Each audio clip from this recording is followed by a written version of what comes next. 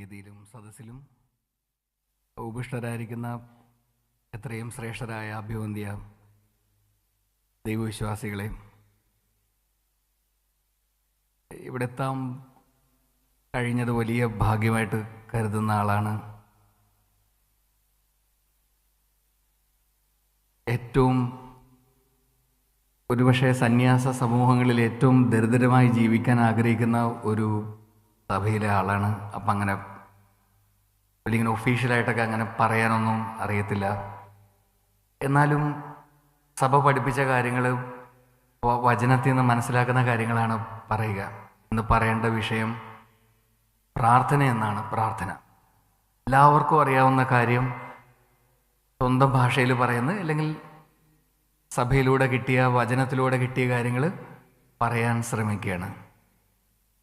ആ ഒരു ഇങ്ങനെ ചോദ്യം ചോദിക്കുന്നതൊക്കെ ഇഷ്ടമാവുമോ എന്നറിയില്ല. കൺവെൻഷൻ ആയതുകൊണ്ട് അങ്ങനെ എഴുതിയെടുക്കുമോ, ബൈബിൾ കൊണ്ടുവരുമോ, അങ്ങനെയൊന്നും അറിയില്ല. എന്നാലും വെറുതെ ചുമ്മാ രസമായിട്ടൊരു തുടക്കം കിട്ടാൻ വേണ്ടി വെറുതെ ചോദിച്ചാൽ, നമ്മൾ എന്ത് പ്രാർത്ഥിച്ചാലും ദൈവം കേൾക്കുമോ? ദൈവം എല്ലാ പ്രാർത്ഥനയും കേൾക്കുമോ? കേൾക്കുമെന്ന് നമുക്ക് ഉറപ്പാണ്. കാരണം ദൈവത്തിന് വേറെ പണിയൊന്നുമില്ലല്ലോ. ദൈവം സോഷ്യൽ മീഡിയ ഉപയോഗിക്കുന്നില്ല. ദൈവത്തിന് ഈസ് വെരി ഫ്രീ, ഭയങ്കര സ്നേഹമാണ്, അപ്പനെ പോലെയാണ്. അപ്പം ഫുൾ ടൈം നമ്മൾ പറയുന്നതെല്ലാം കേൾക്കും. പക്ഷെ ചോദിക്കേണ്ട ചോദ്യം, ദൈവം എല്ലാം സാധിച്ചു തരുമോ? അപ്പം അങ്ങനെ കുറച്ച് പ്രശ്നമുള്ള കുറച്ച് കാര്യങ്ങൾ നമുക്കിതിനകത്ത് ചർച്ച ചെയ്യാനുണ്ട്. നമുക്കത് വചനത്തിൽ നിന്ന് ചോദിക്കാം, ബൈബിളിൽ നിന്ന് ചോദിക്കാം. ദൈവം തന്നെയായ, മനുഷ്യരൂപത്തിലിരിക്കുന്ന ദൈവം തന്നെയായ, തൃത്വത്തിലെ രണ്ടാമത്തെ ആളായ യേശു ഭൂമിയിൽ നിന്ന് പ്രാർത്ഥിച്ചതെല്ലാം പിതാവായ ദൈവം സാധിച്ചു കൊടുത്തോ? ബുദ്ധിമുട്ടില്ലെങ്കിൽ അങ്ങനെ ചോദിക്കണം, ബുദ്ധിമുട്ടാവുമെന്ന് അറിയില്ല. ഇഷ്ടമുണ്ടെങ്കിൽ ഇങ്ങനെ ചോദിക്കുന്ന ചോദ്യത്തിന് കൈപൊക്കിയാൽ നല്ലതായിരിക്കും. ഒരു രസം കിട്ടാൻ വേണ്ടി, വെറുതെ ക്ഷീണമൊക്കെ മാറാൻ വേണ്ടിയാണ്. ഈശോ പ്രാർത്ഥിച്ചതെല്ലാം പിതാവായ ദൈവം സാധിച്ചു തന്നു എന്ന് പറയുന്നവരൊന്ന് കൈപൊക്കാവോ? ബൈബിളിൽ നിന്ന് നമുക്കാകെ അതാണിപ്പോൾ അറിയാവുന്നത്. എന്നിട്ട് അത് മുഴുവൻ ഇങ്ങനെ പരിശോധിച്ചിട്ട് ഈശോ പ്രാർത്ഥിച്ചതെല്ലാം പിതാവായ ദൈവം സാധിച്ചു കൊടുത്തു എന്നുള്ളവരൊന്ന് കൈപൊക്കാവോ? പണ്ടനച്ഛൻ കൈപൊക്കിയിട്ടുണ്ട്, ഒരു പ്രിയപ്പെട്ട അപ്പൻ കൈപൊക്കിയിട്ടുണ്ട്, ഒരമ്മ പകുതി കൈപൊക്കിയിട്ടുണ്ട്. ഞങ്ങൾ 2-3 പേരേ ഉള്ളു. ഓക്കെ, ജനാധിപത്യ രാജ്യമായതുകൊണ്ട് ഇതിൻ്റെ മറുവശം കൂടെ ചോദിക്കണമല്ല. ഈശോ പ്രാർത്ഥിച്ചതെല്ലാം പിതാവായ ദൈവം സാധിച്ചു തന്നില്ല എന്ന് പറയുന്നവരൊന്ന് കൈപൊക്കാവോ? മണ്ടനച്ഛൻ അതിനും കൈപൊക്കിയിട്ടുണ്ട്. ഇത്രയും മനുഷ്യർ കൈപൊക്കിയല്ല. പപ്പാ, നമുക്കെന്തോ പ്രശ്നമുണ്ട് കേട്ടോ. നമ്മൾ 2-3 പേരെ കൈപൊക്കിയിട്ടുള്ളു. ഇവർ ബഹുഭൂരിപക്ഷം. ഈശോ പ്രാർത്ഥിച്ച ഏത് കാര്യമാണ് പിതാവ് സാധിച്ചു കൊടുക്കാഞ്ഞത്?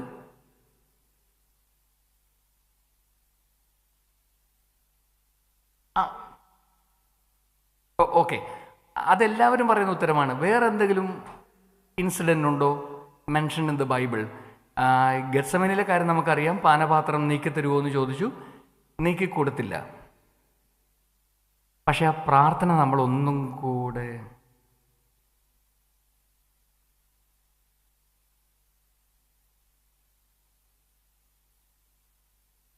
കുഴപ്പമില്ലല്ലേ? പുറയിലുള്ളവർക്ക് എന്നെ കാണാൻ പറ്റുന്നുണ്ടോ? എല്ലാം എന്തോ കുഴപ്പമുണ്ട്. നിങ്ങളുടെ കണ്ണിന് 100 കിലോ ഉണ്ട്, 5 അടി 10 ഇഞ്ച് 100 കിലോ ഉണ്ട്. അപ്പം കണ്ടില്ല, എന്തോ കുഴപ്പമുണ്ട്.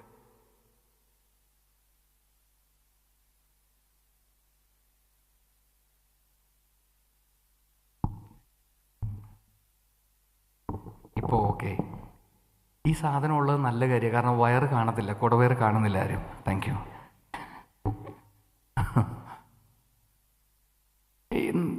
നമ്മൾ അങ്ങനെയാണോ വചനം ധ്യാനിച്ചത് നമുക്കറിയത്തില്ല. നമ്മുടെ പ്രശ്നം നമ്മളുടെ മാനുഷികമായ ചിന്തകൾ വെച്ചിട്ടാണ് നമ്മൾ ദൈവത്തെ അളക്കുന്നത്. പ്രിയപ്പെട്ടവർ ഓർത്തു എങ്കിൽ ഈശോ ഇപ്രകാരമാണ് പ്രാർത്ഥിച്ചത്: പിതാവേ, കഴിയുമെങ്കിൽ ഈ പാനപാത്രം എന്നിൽ നിന്ന് അകറ്റിക്കളയണമേ. കോമയാണ്, കുത്തല്ല, കോമയാണ്. എങ്കിലും എൻ്റെ ഇഷ്ടമല്ല നിൻ്റെ ഇഷ്ടം നിറവേറട്ടെ. അപ്പം ശരിക്കും പ്രാർത്ഥന സാധിച്ചു കൊടുത്തില്ലേ? നമുക്കത് സമ്മതിക്കാൻ വലിയ ബുദ്ധിമുട്ടുണ്ട്. അപ്പം കുഞ്ഞു കുഞ്ഞു തെറ്റിദ്ധാരണകൾ നമ്മൾ മാറ്റാൻ ശ്രമിക്കുകയാണ്.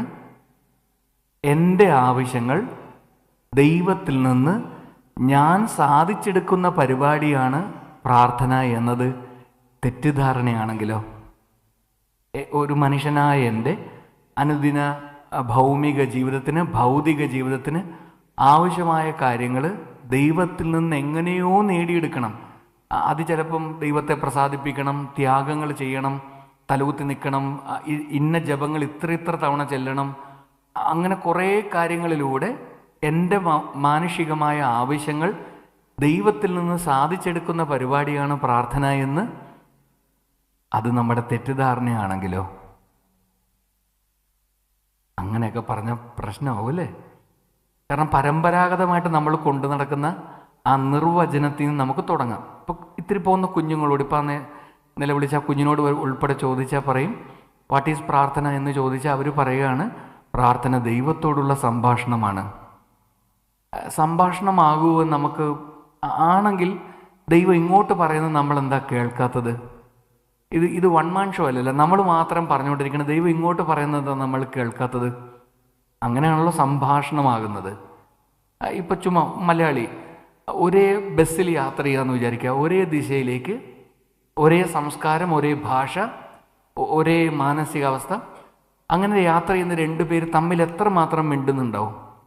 കൂടി വന്നാൽ എവിടെ പോവുക, എവിടെ ഇറങ്ങും, എന്താ പരിപാടി, തീർന്നു. ഈ ഹൃദയപൂർവ്വം ഹൃദയം തുറന്നു വെച്ച് സംസാരിക്കുന്നത് ആരോടായിരിക്കും? ബന്ധമുള്ളവരോടാണ്. അപ്പം നമ്മൾ ആദ്യം മാറ്റാൻ ശ്രമിക്കുന്ന, വചനത്തിൽ നിന്ന് ആദ്യം നമ്മൾ മാറ്റാൻ ശ്രമിക്കുന്ന ആ കൊച്ചു തെറ്റിദ്ധാരണ ദൈവത്തോടുള്ള സംഭാഷണമാണ് പ്രാർത്ഥന എന്ന് നമുക്ക് ഉറപ്പില്ല. പക്ഷെ വചനം പഠിപ്പിക്കുകയാണ് ദൈവത്തോടുള്ള എൻ്റെ ബന്ധമാണ് പ്രാർത്ഥന.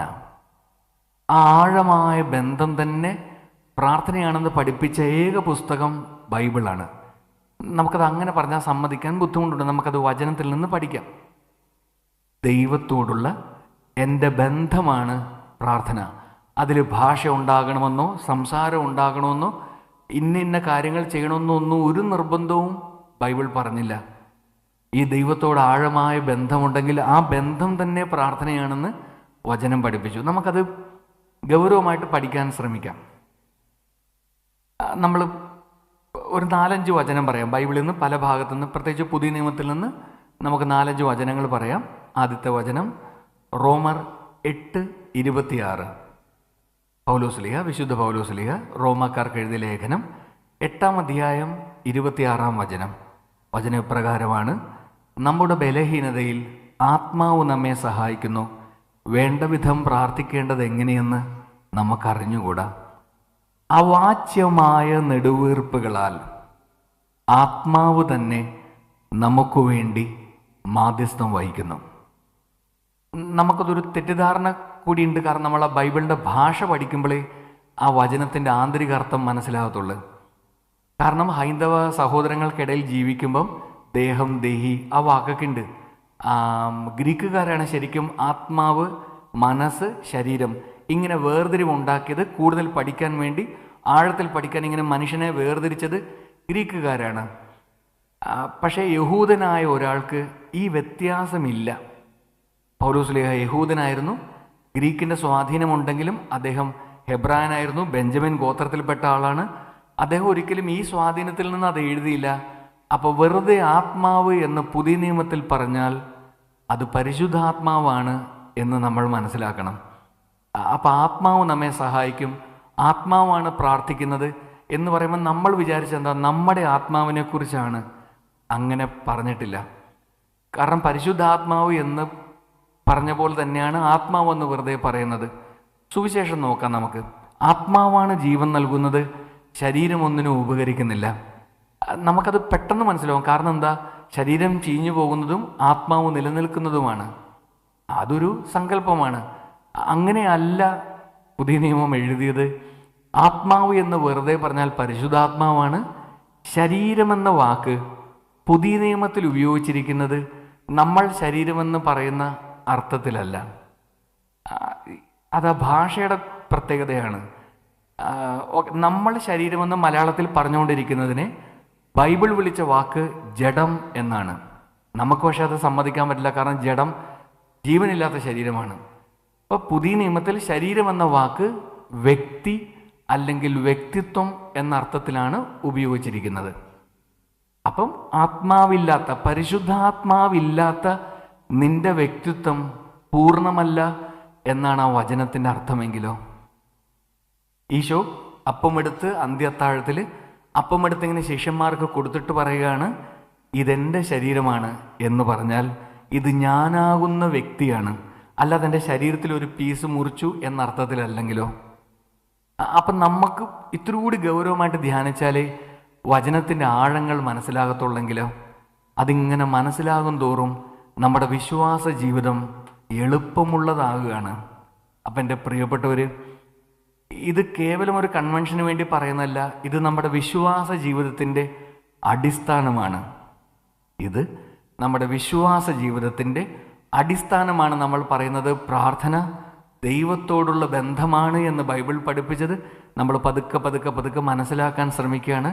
അത് മനസ്സിലാകും തോറും പ്രാർത്ഥന ഒരു അത്ഭുതമായി മാറുകയാണ്.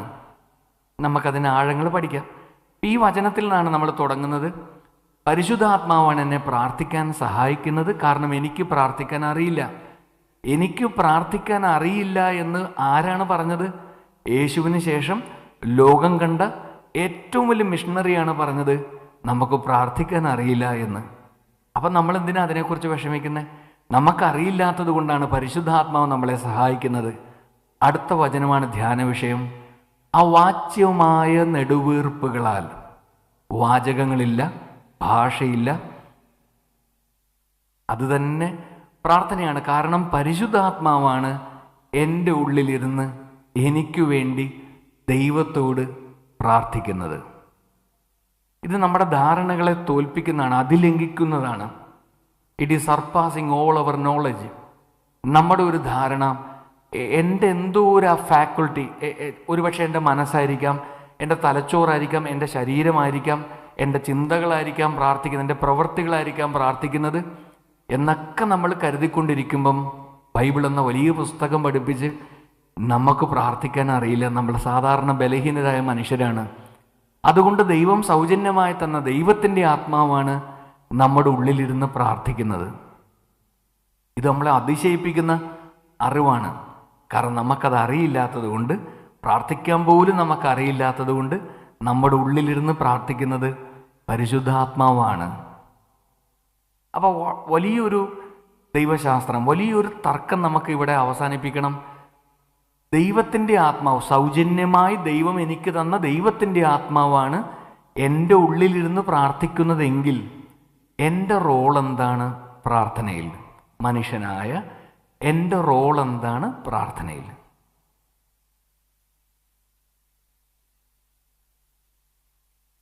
ശരിയുത്തരം പറഞ്ഞാൽ സമ്മാനം തരാം.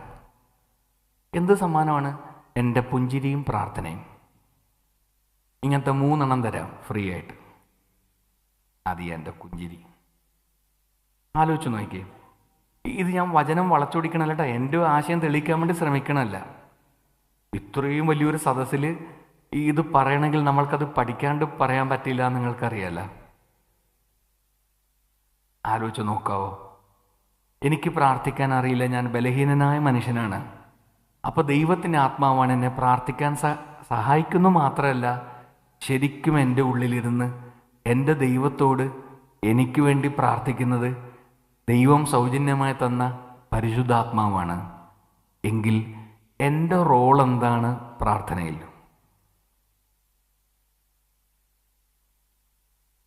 ഭയങ്കര കട്ടിയുള്ള ചോദ്യമാണല്ലേ. നമുക്കത് ഗൗരവമായിട്ട് പഠിക്കാം. ഈ കരിസ്മാറ്റിക്കാരുണ്ട്. ഇപ്പം ഞാനൊരു ധ്യാനകേന്ദ്രത്തിൽ നിന്ന് വരുന്നതാണ്. 50 വർഷമായി ധ്യാനകേന്ദ്രം തുടങ്ങിയിട്ട്. ഓഗസ്റ്റ് മാസം ഓണത്തിൻ്റെ അവധിക്ക് 1976 ഒരുപക്ഷെ എൻ്റെ കൊച്ചറിവ് ശരിയാണെങ്കിൽ ലോകത്ത്, ഏഷ്യയിൽ മാത്രമല്ല കേരളത്തിൽ മാത്രമല്ല, ലോകത്ത് മലയാളത്തിൽ കരിസ്മാറ്റിക് ധ്യാനം നടന്ന ആദ്യത്തെ സെൻ്ററാണ് ഈ അസീസി ധ്യാനകേന്ദ്രം ഭരണങ്ങാനത്തുള്ളത്. 50 വർഷമായി. ഇപ്പോൾ ദൈവദാസൻ എന്ന് കത്തോലിക്ക സഭയിൽ അറിയപ്പെടുന്ന ആർമണ്ട് മാധവത്ത് കപ്പോച്ചിൻ. അദ്ദേഹം മലബാറിലാണ് അടക്കം ചെയ്തിരിക്കുന്നത്. 2 ധ്യാനകേന്ദ്രം തുടങ്ങി, പട്ടാരത്തും അസീസിലും വർണ്ണിങ്ങാത്തും തുടങ്ങി. അദ്ദേഹത്താൽ സ്ഥാപിതമാണ് ഈ ധ്യാനകേന്ദ്രം. ഈ കരിസ്മാറ്റിക്കാരോട് ചോദിച്ചാൽ അവർ പറയാൻ പോകുന്ന വാക്കാണ്, അവരുടെ ഒരു കുത്തക പോലത്തെ ഒരു വാക്കാണ് വിട്ടുകൊടുക്കുക. ഇപ്പം നമ്മൾ കൗൺസിലിങ്ങിനൊക്കെ പ്രാർത്ഥിക്കാൻ ചെല്ലുമ്പോൾ അവർ വിട്ടുകൊടു ദൈവത്തിന് വിട്ടുകൊടുക്കുക. അത് ഏറ്റവും ലളിതമായ വാക്കാണ്, ദൈവശാസ്ത്രപരമായ വാക്കാണ്. ദൈവത്തിന് പ്രവർത്തിക്കാൻ അനുവാദം കൊടുക്കുക. ഇതൊന്നും നമുക്ക് സമ്മതിക്കാൻ പറ്റത്തില്ല കേട്ടോ. അതുകൊണ്ട് നമ്മൾ ഇത്തിരി ഗൗരവമായിട്ട് ചിന്തിക്കുകയാണ്. എൻ്റെ ദൈവത്തിന് എൻ്റെ ഉള്ളിൽ പ്രവർത്തിക്കാൻ ഞാൻ എന്തിനു അനുവാദം കൊടുക്കണം? കേൾക്കുമ്പോൾ തന്നെ മണ്ടത്തരല്ലേ? പക്ഷേ വചനം അങ്ങനെ തന്നെയാണ് പഠിപ്പിച്ചത്. ബൈബിൾ ഉണ്ടെങ്കിൽ പുതിയ നിയമം തുറന്ന് കൊറിന്തോസുകാർക്ക് പൗലോസ്ലീഹ എഴുതിയ 2-ാമത്തെ ലേഖനം 3-ാം അധ്യായം 17-ാം വചനം വായിക്കുന്നത് നല്ലതാണ്. അതിൽ സ്ലീഹ പഠിപ്പിക്കുന്ന ദൈവം ആത്മാവാണ്, ദൈവത്തിൻ്റെ ആത്മാവ് ഉള്ളിടത്ത് സ്വാതന്ത്ര്യമുണ്ട്. ഒരു പക്ഷേ നമ്മൾ ഉൽപ്പത്തി പുസ്തകത്തിൽ വായിക്കുന്ന പോലെ മനുഷ്യനെ മണ്ണുകൊണ്ട് മെനഞ്ഞിട്ട് അവൻ്റെ മൂക്കിലേക്ക് ദൈവത്തിൻ്റെ ശ്വാസം, ദൈവത്തിൻ്റെ ജീവൻ നിവേശിപ്പിക്കുന്നതിന് മുമ്പ് ഒരു പക്ഷെ നമ്മുടെ അറിവ് ശരിയാണെങ്കിൽ മനുഷ്യനെന്ന അവസ്ഥയ്ക്ക് ദൈവം കൊടുത്ത ഏറ്റവും ശ്രേഷ്ഠമായ ഏറ്റവും ആദ്യത്തെ കൃപ സ്വാതന്ത്ര്യമാണ്. ഇതിനെ മോറൽ തിയോളജി ഫ്രീ വിൽ, ഇച്ഛ എന്ന വാക്കുകൊണ്ടാണ് പഠിപ്പിക്കുന്നത്. ഇപ്പൊ സ്വതന്ത്രമായി, ദൈവത്തെ പോലെ സ്വതന്ത്രമായി തീരുമാനിക്കാനുള്ള കഴിവാണ് ദൈവം മനുഷ്യന് കൊടുത്തത്. ഇത് വളരെ ഗൗരവമുള്ള ആശയമാണ്. ദൈവം എന്തിനാ അങ്ങനെ സ്വാതന്ത്ര്യം കൊടുത്തത് എന്നുള്ള തർക്കം, അതൊക്കെ നമുക്ക് തീർക്കാം പതുക്കെ. ഓർത്തു നോക്കിയേ, നിയമാവർത്തനം 30, പഴയ നിയമം മുഴുവൻ, പ്രഭാഷകൻ അല്ല, അങ്ങനെ യെശയ്യാ പ്രവാചകൻ, അങ്ങനെ ഓരോ പുസ്തകം എടുത്ത് വെക്കുമ്പോഴും ഈ ആശയം ഇങ്ങനെ റിപ്പീറ്റായിട്ട് വരുന്നുണ്ട്. ഇതാ ജീവനും മരണവും നിന്റെ മുമ്പിൽ വെച്ചിരിക്കുന്നു, ഇഷ്ടമുള്ളത് തിരഞ്ഞെടുത്തു കൊള്ളുക. ദൈവം അത്രയ്ക്കും നമുക്ക് സ്വാതന്ത്ര്യം തന്ന്. യെശയ്യാ പ്രവാചകൻ 30:20 നല്ല രസമാണ് ആ വചനം കേൾക്കാൻ. കർത്താവ് നിനക്ക് കഷ്ടതയുടെ അപ്പവും ക്ലേശത്തിന്റെ ജലവും തന്നാലും നിന്റെ ഗുരു നിന്നിൽ നിന്നും മറഞ്ഞിരിക്കുകയില്ല, അവിടുത്തെ നാണ്യങ്ങൾ നിന്നെ ദർശിക്കും. അടുത്ത വചനം, നീ ഇടത്തോട്ടോ വലത്തോട്ടോ തിരിയുമ്പോൾ പിന്നിൽ നിന്നൊരു സ്വരം കേൾക്കും, ഇതാണ് വഴി, ഇതിലേ പോവുക. ദൈവം എന്തുകൊണ്ടാണ് പിന്നിൽ നിന്ന് സംസാരിക്കുന്നത്? ദൈവം ഇടയനല്ലേ, ദൈവം മുന്നിൽ നിന്ന് നയിക്കേണ്ട ആളല്ലേ. ദൈവം എന്തിനാ പിന്നിൽ നിന്ന് സംസാരിക്കുന്നത്? അതിൻ്റെ പേരാണ് സ്വാതന്ത്ര്യം. ദൈവം പറയാം, എടാ ഇപ്പം അങ്ങനെ ഇടത്തോട്ട് പോട്ടെ, വലത്തോട്ട് പോയാൽ അപകടമുണ്ട്, ശ്രദ്ധിച്ചു പോ, ഇടത്തോട്ട് പോകുമ്പോൾ പതുക്കെ പോ. ദൈവം ഇങ്ങനെ പുറകിൽ നിന്ന് പ്രേരണയായി തന്നുകൊണ്ടേയിരിക്കുകയാണ്. നമുക്ക് നോക്കിയാലോ, എടാ ശ്രദ്ധിച്ചാലടാ, എടാ പഠിച്ചാലോ, നമുക്ക് ഇങ്ങനെ നോക്കിയാലാ. ദൈവം JCB അല്ല ഇടിച്ചു കയറാനായിട്ട്. ഓക്കെ, അവസാനത്തെ പുസ്തകം നോക്കിയേ, വെളിപാട്. ഈ ചില വീട്ടിലൊക്കെ ആ പടമൊക്കെ ഉണ്ട്, ഇങ്ങനെ ഡോർലീശോ മുട്ടി വിളിക്കുന്ന ഒരു പടമൊക്കെ ഉണ്ട്. വെളിപാട് 3-ാം അധ്യായം, ഇതാ ഞാൻ വാതിലിൽ മുട്ടുന്നു, ആരെങ്കിലും എൻ്റെ സ്വരം കേട്ട് വാതിൽ തുറന്നു തന്നാൽ ഞാൻ അവൻ്റെ ഉള്ളിൽ പ്രവേശിച്ച് അവനോടൊപ്പം വിരുന്നിനിരിക്കും. ദൈവം എന്തെങ്കിലും ഇടിച്ചു കയറാത്തത്? അപ്പൊ ഈ ചോദ്യത്തിന്റെ ഈ തർക്കമായ ദൈവം എന്തിനാ മനുഷ്യന് സ്വാതന്ത്ര്യം തന്നത് എന്ന വലിയ തർക്കത്തിന്റെ ഉത്തരം ഏകവചനമാണ്, ദൈവം സ്നേഹമാകുന്നു. ദൈവം സ്നേഹമാകുന്നു. ആ ഒരു കുഞ്ഞു വചനത്തിൽ എല്ലാ ജ്ഞാനവും നമുക്ക് ഒതുക്കാൻ പറ്റും. നമ്മുടെ എല്ലാ തർക്ക വിഷയങ്ങളും ആ വചനത്തിൽ അവസാനിക്കും. മനസ്സിലാവുന്ന പോലെ പറയാൻ ശ്രമിക്കാം. ദമ്പതികളായിട്ടുള്ള ആൾക്കാർ, കല്യാണം കഴിച്ച ആൾക്കാർ ഇത് കേൾക്കുന്നുണ്ടെങ്കിൽ, നിങ്ങൾ ദമ്പതികൾക്കുപരി നിങ്ങൾ നല്ല സുഹൃത്തുക്കൾ കൂടിയാണെന്ന് വിചാരിക്കുക. ഭാര്യ ഭർത്താവും ദമ്പതികളാണ്, പക്ഷെ ഇത്തിരി കൂടി സുഹൃത്തുക്കൾ പോലെയാണെന്ന് വിചാരിക്കുക.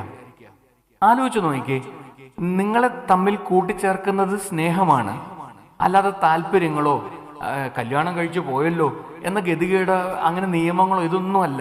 സ്നേഹമാണ് നിങ്ങളെ മുന്നോട്ട് നയിക്കുന്നത്.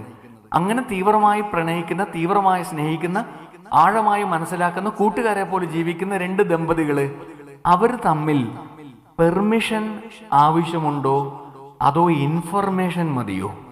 ഉദാഹരണം, ഭാര്യ കാറെടുത്ത് പുറത്തേക്ക് പോന്ന് ഇറങ്ങിക്കഴിഞ്ഞ ഓർത്ത് അയാളോട് പറഞ്ഞില്ല, ടുട്ടു ചുക്കുട്ടുക്കു ഞാൻ വണ്ടി എടുത്തായിരുന്നു കേട്ടോ, എടി നീ എപ്പോ വരും? ഞാൻ 12. കുഴപ്പമില്ല, എനിക്ക് 2 മണിക്കൊന്ന് പുറത്തു പോകണം. നീ 12 മണി വരെ എന്ത് കാണിക്കുകയാണ്? എന്ന് ചോദിക്കേണ്ട കാര്യമില്ല. സ്നേഹമുണ്ടെങ്കിൽ ഭർത്താവ് വിശ്വസിക്കുകയാണ് എൻ്റെ ഭാര്യയാണ്, എന്നെ ചതിക്കുകയില്ല. അപ്പോൾ ഓർത്തു നോക്കിയ ദൈവം സ്നേഹമാവുന്നു എന്ന വചനത്തിൽ നിന്ന് നമ്മൾ മനസ്സിലാക്കുന്നതാണ് ദൈവം നമ്മളെ കണ്ണടച്ച് വിശ്വസിക്കുകയാണ്. കാരണം സ്നേഹത്തിൽ നിന്നാണ് ട്രസ്റ്റ്, പരസ്പര വിശ്വാസ്യത ഉണ്ടാകുന്നത്. കാരണം സ്നേഹത്തിൽ മാത്രമേ പരസ്പരം വിശ്വസിക്കാൻ പറ്റത്തുള്ളൂ. ആ വിശ്വാസത്തിൽ നിന്ന് ദൈവം തന്ന ദാനത്തിന്റെ പേരാണ് സ്വാതന്ത്ര്യം. എൻ്റെ കുഞ്ഞാണ്, ഞാൻ പറയുന്ന പോലെ കേൾക്കും. ഭർത്താവിന്റെ പേഴ്സിൽ നിന്ന് 1000 രൂപ എടുത്ത് ഭർത്താവ് വിഷമിക്കാതിരിക്കാൻ വേണ്ടി പറയാണ്, ഞാൻ 1000 രൂപ നീ എടുത്തല്ലേ, ഞാൻ വിചാരിച്ച എൻ്റെ കയ്യിൽ നിന്ന് പോയതായിരിക്കുന്നു. ഓക്കെ, എന്തിനാ 1000 എടുത്തെന്ന് ഞാൻ ചോദിക്കണം. എന്തിനാ? എൻ്റെ കൂട്ടുകാരിയാണ്, എൻ്റെ ജീവിത പങ്കാളിയാണ്, എൻ്റെ ജീവിതം പങ്കിട്ടെടുത്ത ആളാണ്. തീവ്രമായ പ്രണയത്തില്, തീവ്രമായ സ്നേഹത്തിലുള്ള ആളുകൾ എന്തിനാ ശരിക്കും സംശയിക്കുന്നേ? അപ്പൊ സ്നേഹത്തിൽ മാത്രമേ സ്വാതന്ത്ര്യമുള്ളൂ.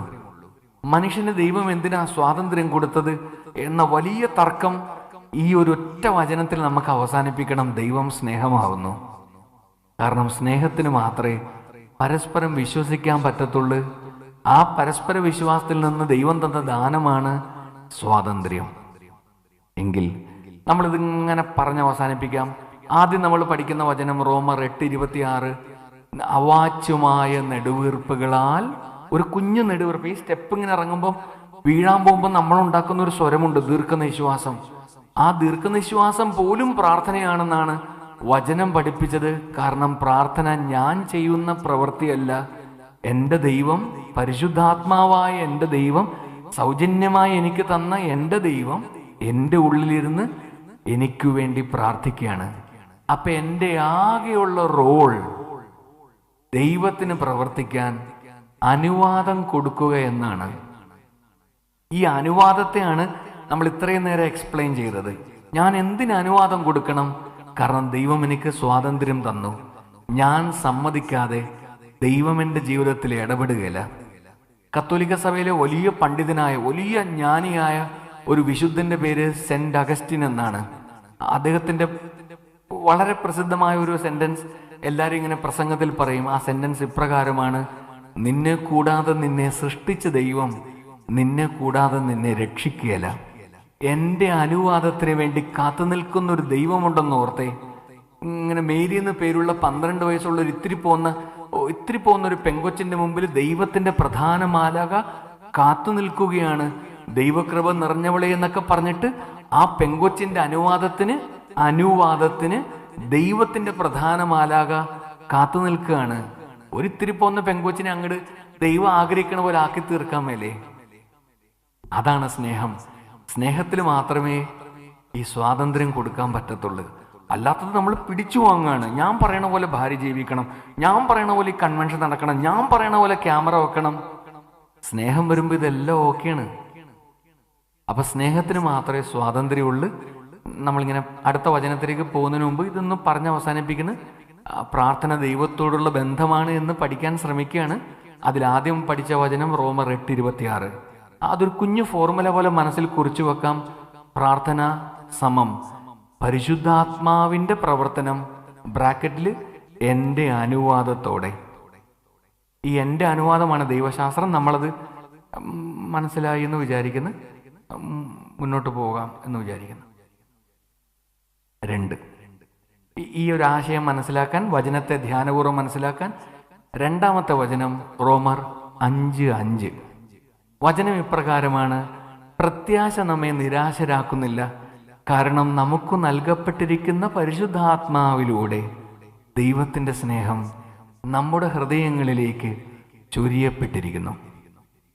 ഭയങ്കര സൂപ്പർ വചനമാണ്. നമുക്കത് ഈ റോമർ ലേഖനമാണ് ഏറ്റവും ഗഹനമായിട്ടൊക്കെ തോന്നുന്നത്.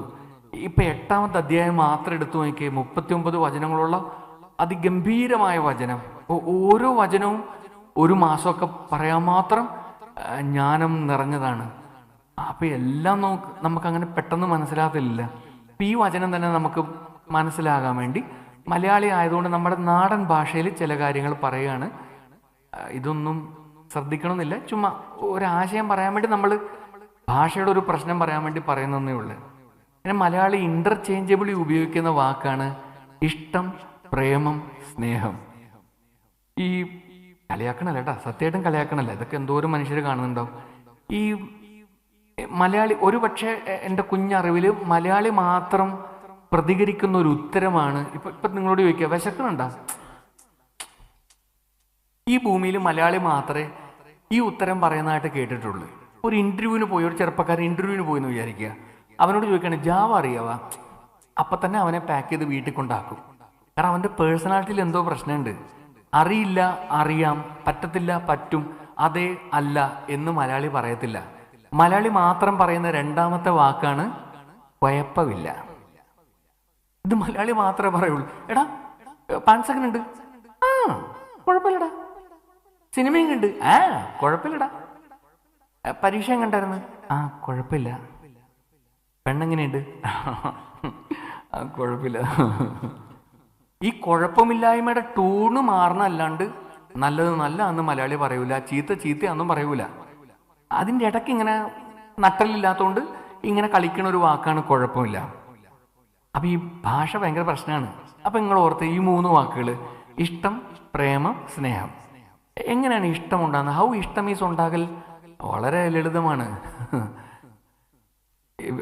ചുമ്മാ ഓർത്തേ, എനിക്ക് നല്ലതാണെന്ന് എൻ്റെ മനസ്സ് പറഞ്ഞാണ് ഇഷ്ടം. ഇപ്പം ചില പലഹാരം ഇഷ്ടം, ചില വസ്ത്രങ്ങൾ ഇഷ്ടം, ചില സിനിമാ നടീനടന്മാരെ ഇഷ്ടം, ചില കളിക്കാരെ ഇഷ്ടം, ചില വാഹനങ്ങൾ ഇഷ്ടം. എനിക്ക് നല്ലതാണെന്ന് എൻ്റെ മനസ്സ് പറഞ്ഞാണ് ഇഷ്ടം. അടുത്ത വാക്ക് പ്രേമം. എങ്ങനെയാണ് പ്രേമം ഉണ്ടാകുക? പ്രേമം ശരീരം ഉണ്ടാക്കുന്നതാണ്. ഉദാഹരണം, കുഞ്ഞു പ്രായത്തിൽ നമുക്കെല്ലാവരും തുല്യരാണ്, എല്ലാം ഒരേപോലെയാണ്. പക്ഷെ ശരീരം വികസിക്കുമ്പോൾ, ശരീരത്തിൻ്റെ രാസപ്രവർത്തനങ്ങൾ മാറുമ്പം, ശരീരം പൂർണ്ണ വികാസം എത്തുമ്പോൾ പ്രകൃതിയിൽ ദൈവം തന്ന വരദാനമാണ് പ്രേമം. അതിൻ്റെ അളവ് ജഡികമാകുമ്പോഴാണ് അത് വളരെ ഹൊറിബിളായി പോകുന്നത്. ഇത്തിരി ലജ്ജാകരമായിട്ടൊക്കെ അത് മാറിപ്പോകുന്നത്. കേവലം ശാരീരികമായിട്ട് പ്രേമം മാറിപ്പോകുന്നതാണ്. കുമാരനാശാന്റെ കവിതയുടെ വരികൾ ഇങ്ങനെയാണ്: മാംസനിബദ്ധമല്ല രാഗം. സ്നേഹമെന്ന് നമ്മൾ പറഞ്ഞുകൊണ്ടിരിക്കുന്നതിൽ ജഡമെന്ന അവസ്ഥയില്ല, മാംസമില്ല. അതങ്ങനെയാണ്. കാരണം സ്നേഹം അത്രയ്ക്കും പ്യൂറാണ്. പ്രേമം ദൈവം തന്നാണ് കൃപ. അത് നമുക്കൊരു പ്രായമാകുമ്പം നമുക്കങ്ങനെ തോന്നും. തോന്നണ്ടാണ്. കാരണം എന്നാലേ നമ്മൾ പൂർണ്ണ വളർച്ചയുള്ള മനുഷ്യരാകത്തുള്ളൂ. അപ്പം ശരീരം ഉണ്ടാക്കിയതാണ് പ്രേമം, മനസ്സ് ഉണ്ടാക്കിയതാണ് ഇഷ്ടം. ഇനി ഉത്തരം തരാവോ? സ്നേഹം എവിടുന്നാണ് ഉണ്ടാകുന്നത്? എളുപ്പമുള്ള അയാൾ പറഞ്ഞിട്ട് കട്ടിയുള്ള നമ്മളോട് ചോദിക്കുക, സ്നേഹം എവിടുന്നാണ് ഉണ്ടാകുന്നത്? എൻ്റെ പൊന്നച്ച, പുട്ടിൻ്റെ അകത്ത് നാവി വരുന്ന എങ്ങനെയാന്ന് പോലും അറിയാൻ പാടില്ല. പിന്നെ ഇത്രയും വലിയ കാര്യം ചോദിച്ചാൽ എങ്ങനെ മനസ്സിലാവും? എന്നോടാണോ? ഉത്തരമാണോ പറഞ്ഞേ? പാപ്പ, ദൈവത്തിൻ്റെ വചനമോ സഭാശ്രേഷ്ഠന്മാരോ കാനൻ നിയമമോ പണ്ഡിതന്മാരോ ഇന്നേ വരെ പഠിപ്പിച്ചിട്ടില്ല ഹൃദയത്തിൽ നിന്നാണ് സ്നേഹം ഉണ്ടാകുന്നത്.